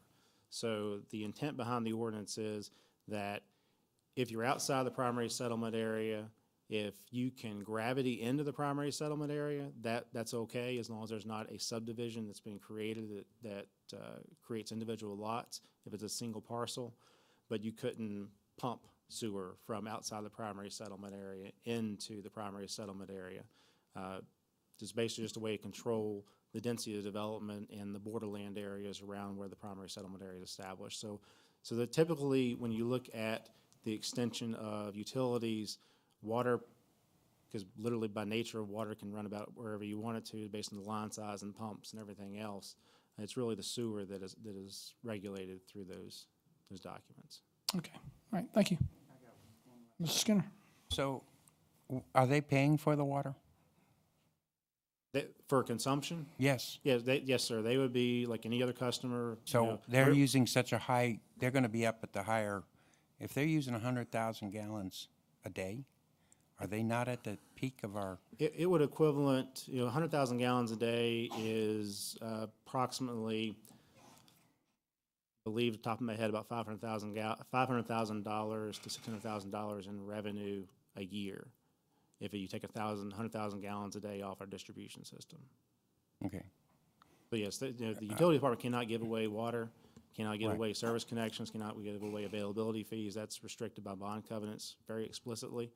And so any type of connection would be paid for like anybody else. Well, I would like, if it comes to us, and it'd be a nice thing to see where we're getting that figure from, as we've done before with the charts, and as the more you use, the more you pay, it seems like. We can share that calculation. I based would on like to see 100,000 that, gallons. and I'm sure the Planning Commission would like to see that too. We can add that information in. Thank you.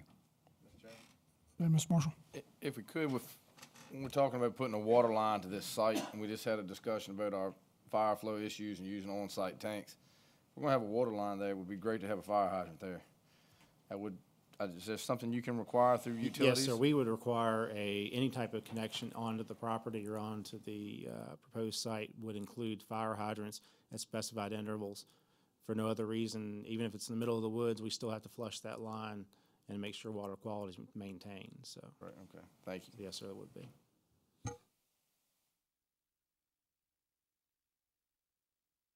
Go ahead, Dr. Trimmer. Going forward, I think the elephant in the room that hasn't been addressed much is the issues surrounding cadmium. I know that's something I don't know much about, but before making a decision, we're going to need to know what the dangers are. And there is an analysis in the packet that was handed out this evening related to that. And I also wanted to mention one other item that is in that packet. S-Power did prepare a question and answer sheet with some appendices that they asked that we provide to the board and the Planning Commission, and so that's included in the packet as well.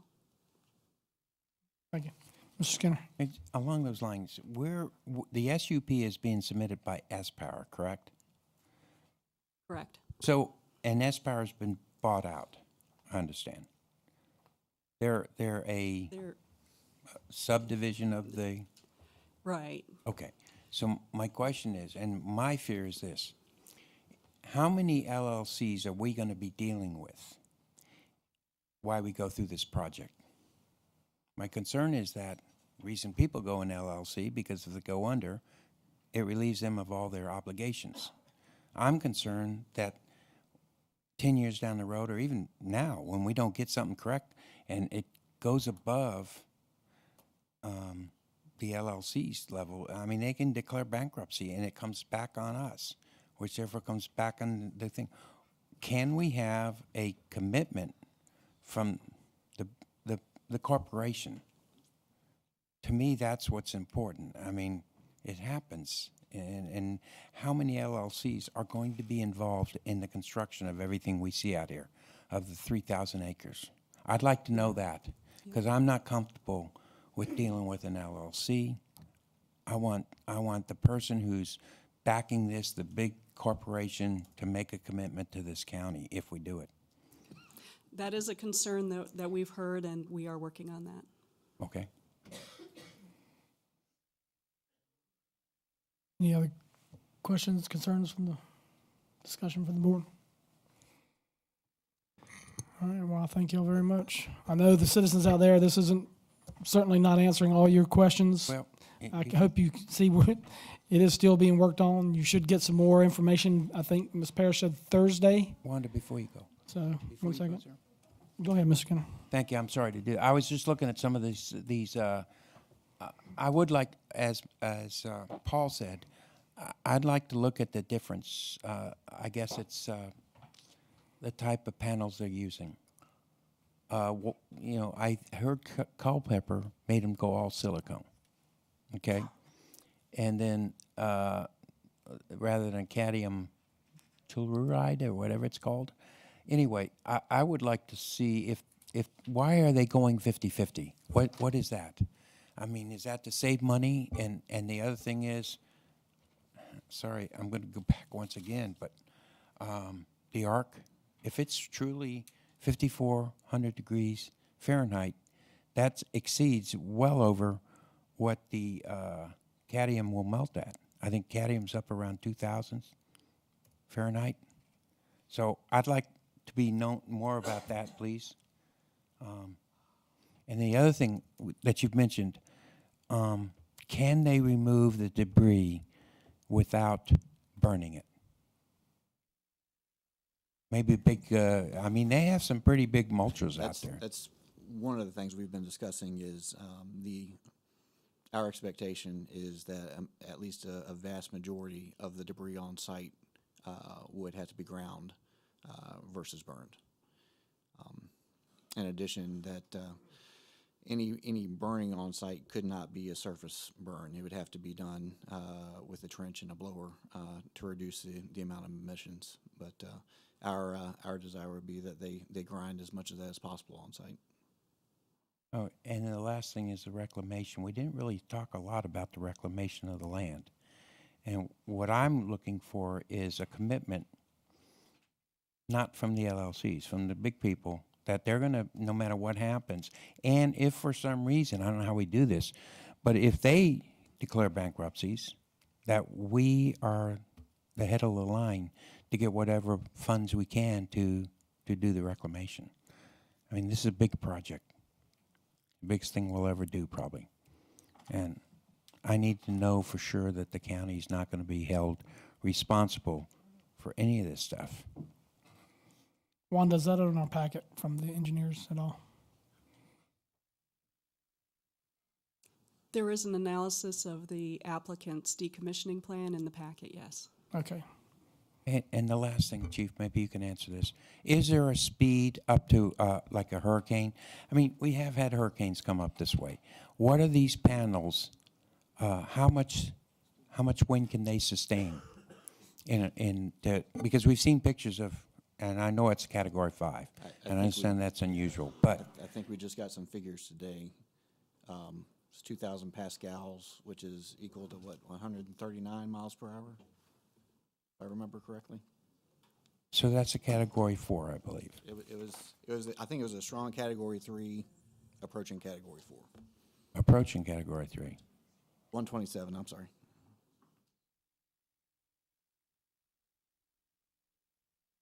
Okay. Those are questions I need to get answered, at least. We should be discussing. All right. Well, thank you for giving us an update.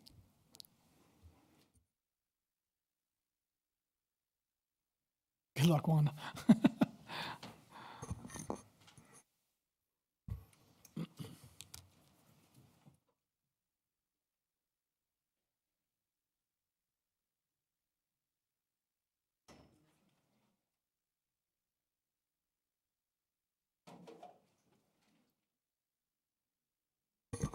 All right, Ms. Taylor, I think we have the resolution. Yeah, Mr. Chairman, this brings to us a short presentation regarding the resolution for Economic Development Authority issuance of revenue bond financing for Palmer's Creek.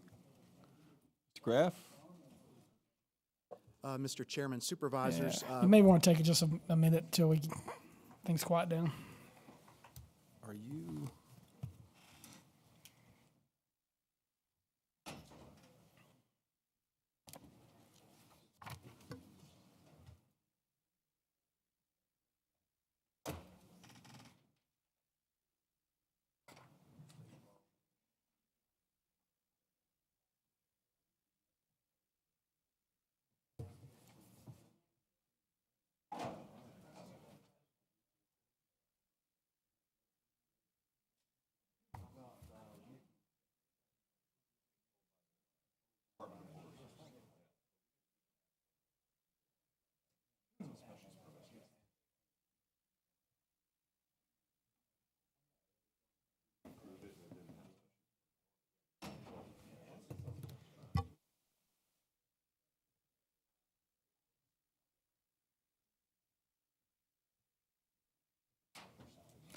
All right, give it a try.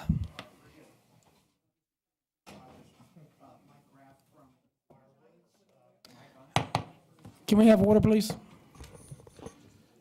You'll recall from the last meeting that the EDA has approved a revenue bond pass-through tax-exempt financing for the Palmer's Creek project. We discussed it at your last meeting. It was deferred because you had additional questions. I've tried to respond to the questions, and I have a presentation I'm happy to run through for you briefly. And then the EDA chairman is here this evening, and a representative from the developer is here this evening to answer additional questions.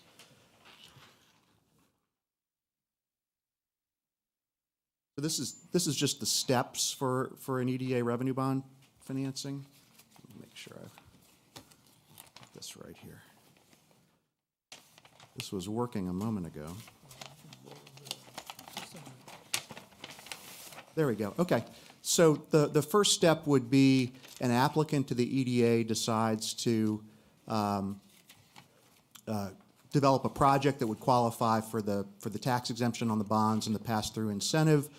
There's some timing issues associated with their ability to preserve their right to reimburse themselves from the proceeds of a tax-exempt financing.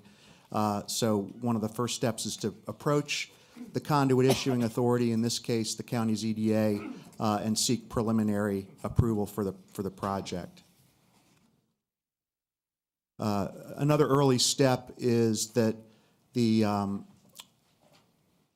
applicant would consult with a bond lawyer like myself. I do bond work for the EDA and for other conduit issuing authorities, and make sure that the project qualifies under state and federal law for the tax exemption incentive. The applicant files an application with the EDA, and they commit in the application to cover all of the EDA's costs associated with the financing. On a parallel track, they're having discussions with a private financial institution to actually provide the financing, because you'll recall that the EDA just acts as a pass-through conduit for this incentive. The bond lawyer prepares a preliminary resolution to be presented to the EDA with the application. There's a public hearing held before the EDA. And then this next slide is the stage of the proceedings that we're at now. The EDA's resolution and other documentation is forwarded to the governing body of the jurisdiction in which the project is located, and that is the resolution that is before you this evening.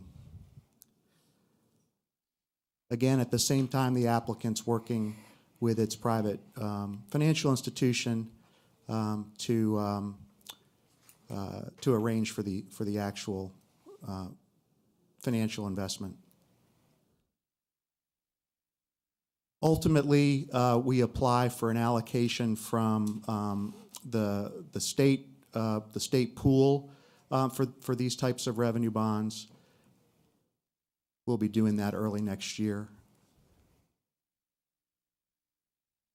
Then the documentation for the financing is prepared. And the EDA considers a final resolution during which it authorizes the officers of the EDA to execute the final documentation. This slide just talks about the closing. And I think probably one of the most important aspects of all this is that the applicant makes all the payments on the financing. Neither the EDA nor the county has any obligation to make any payments on the financing or to pay any costs associated with the project.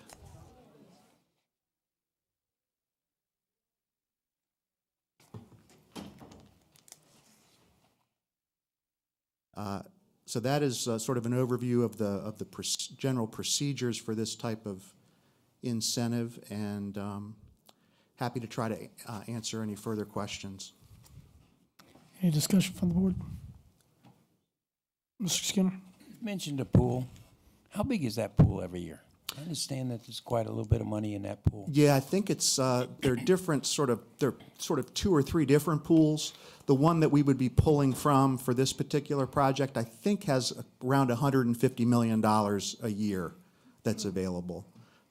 So it would certainly be a revenue for us if our EDA, I don't know, you want to say search out or make known that they could be a conduit for most of these projects? Yeah, in fact, Mr. Skinner, there are a couple authorities around the Commonwealth that sort of take that position and try to locate projects in other parts of the state and invite them to come and bring their projects to them as a sort of a fee generating proposition. So that's something that the EDA might want to consider.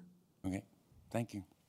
How much would this generate for us, for the EDA? The EDA would be paid $130,000 in fees for this financing.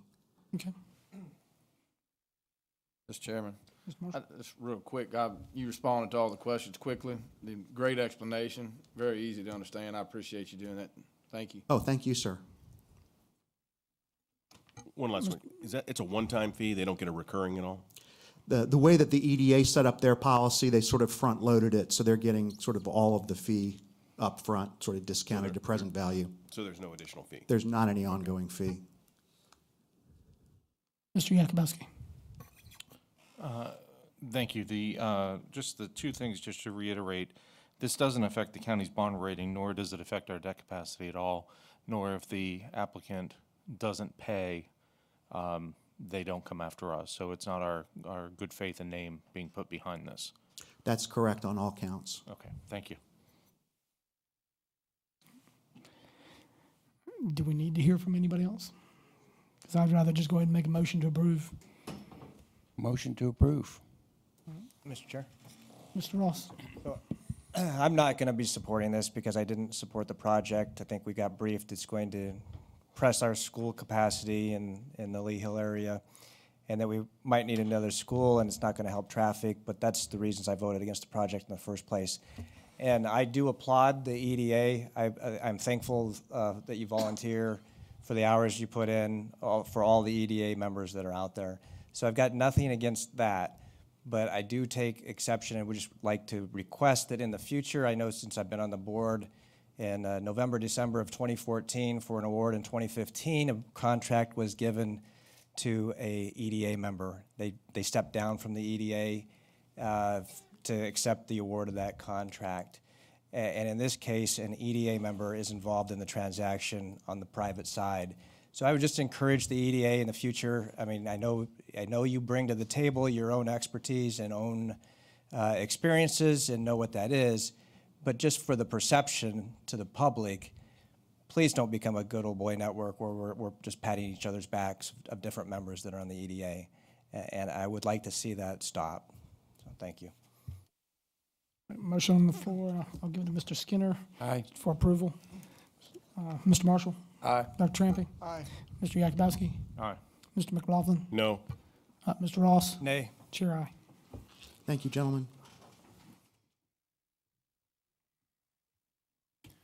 Mr. Chairman, that brings us to closed meeting.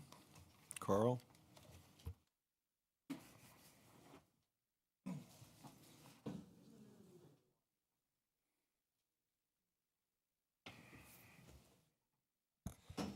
Mr. Chair, this will be your resolution to adjourn in a closed meeting. Whereas the Spotsylvania County Board of Supervisors desires to adjourn in a closed meeting for discussion, consideration, or interviews of prospective candidates for employment, assignment, appointment, promotion, performance, demotion, salaries, disciplining, or resignation of specific public officers, appointees, or employees of the county, specifically the Director of Economic Development and Tourism.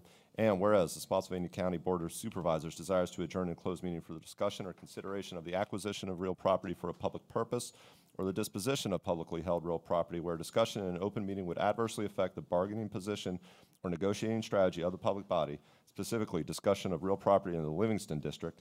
And whereas the Spotsylvania County Board of Supervisors desires to adjourn into a closed meeting for consultation with legal counsel employed or retained by a public body regarding specific legal matters, requiring the provision of legal advice by such counsel, specifically relating to a potential claim against the county. And whereas pursuant to Virginia Code Section 2.2, 3711, A1, 3, and 8, such discussions may occur in closed meeting. Now therefore be it resolved that the Spotsylvania County Board of Supervisors does hereby authorize discussion of the aforestated matters.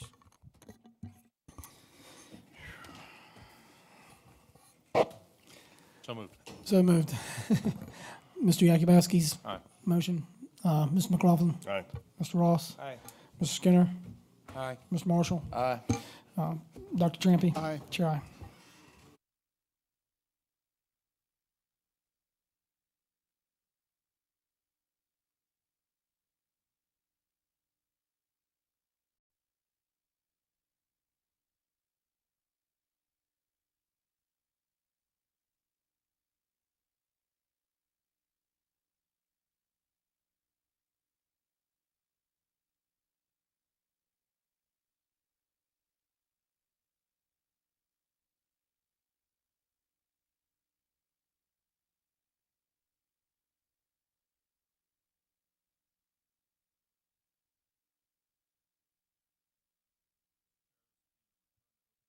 Resolution. Whereas the Spotsylvania County Board of Supervisors has convened a closed meeting on this date pursuant to an affirmative recorded vote and in accordance with the provisions of the Virginia Freedom of Information Act. And whereas Section 2.2, 3712D of the Code of Virginia requires a certification by this board that such closed meeting was conducted in conformity with Virginia law. Now therefore be it resolved that the Spotsylvania County Board of Supervisors hereby returns to open meeting and certifies by roll call vote that to the best of each member's knowledge, only public business matters lawfully exempted from the open meeting requirements of the Virginia Freedom of Information Act and identified in the motion to convene into closed meeting were heard, discussed, or considered in the closed meeting. All right, Mr. Skinner. Aye. Mr. Marshall. Aye. Dr. Trampy. Aye. Mr. Yakubowski. Aye. Mr. McLaughlin. Aye. Mr. Ross. Aye. Chair's aye. Motion to adjourn. All ayes. Aye. Any nays?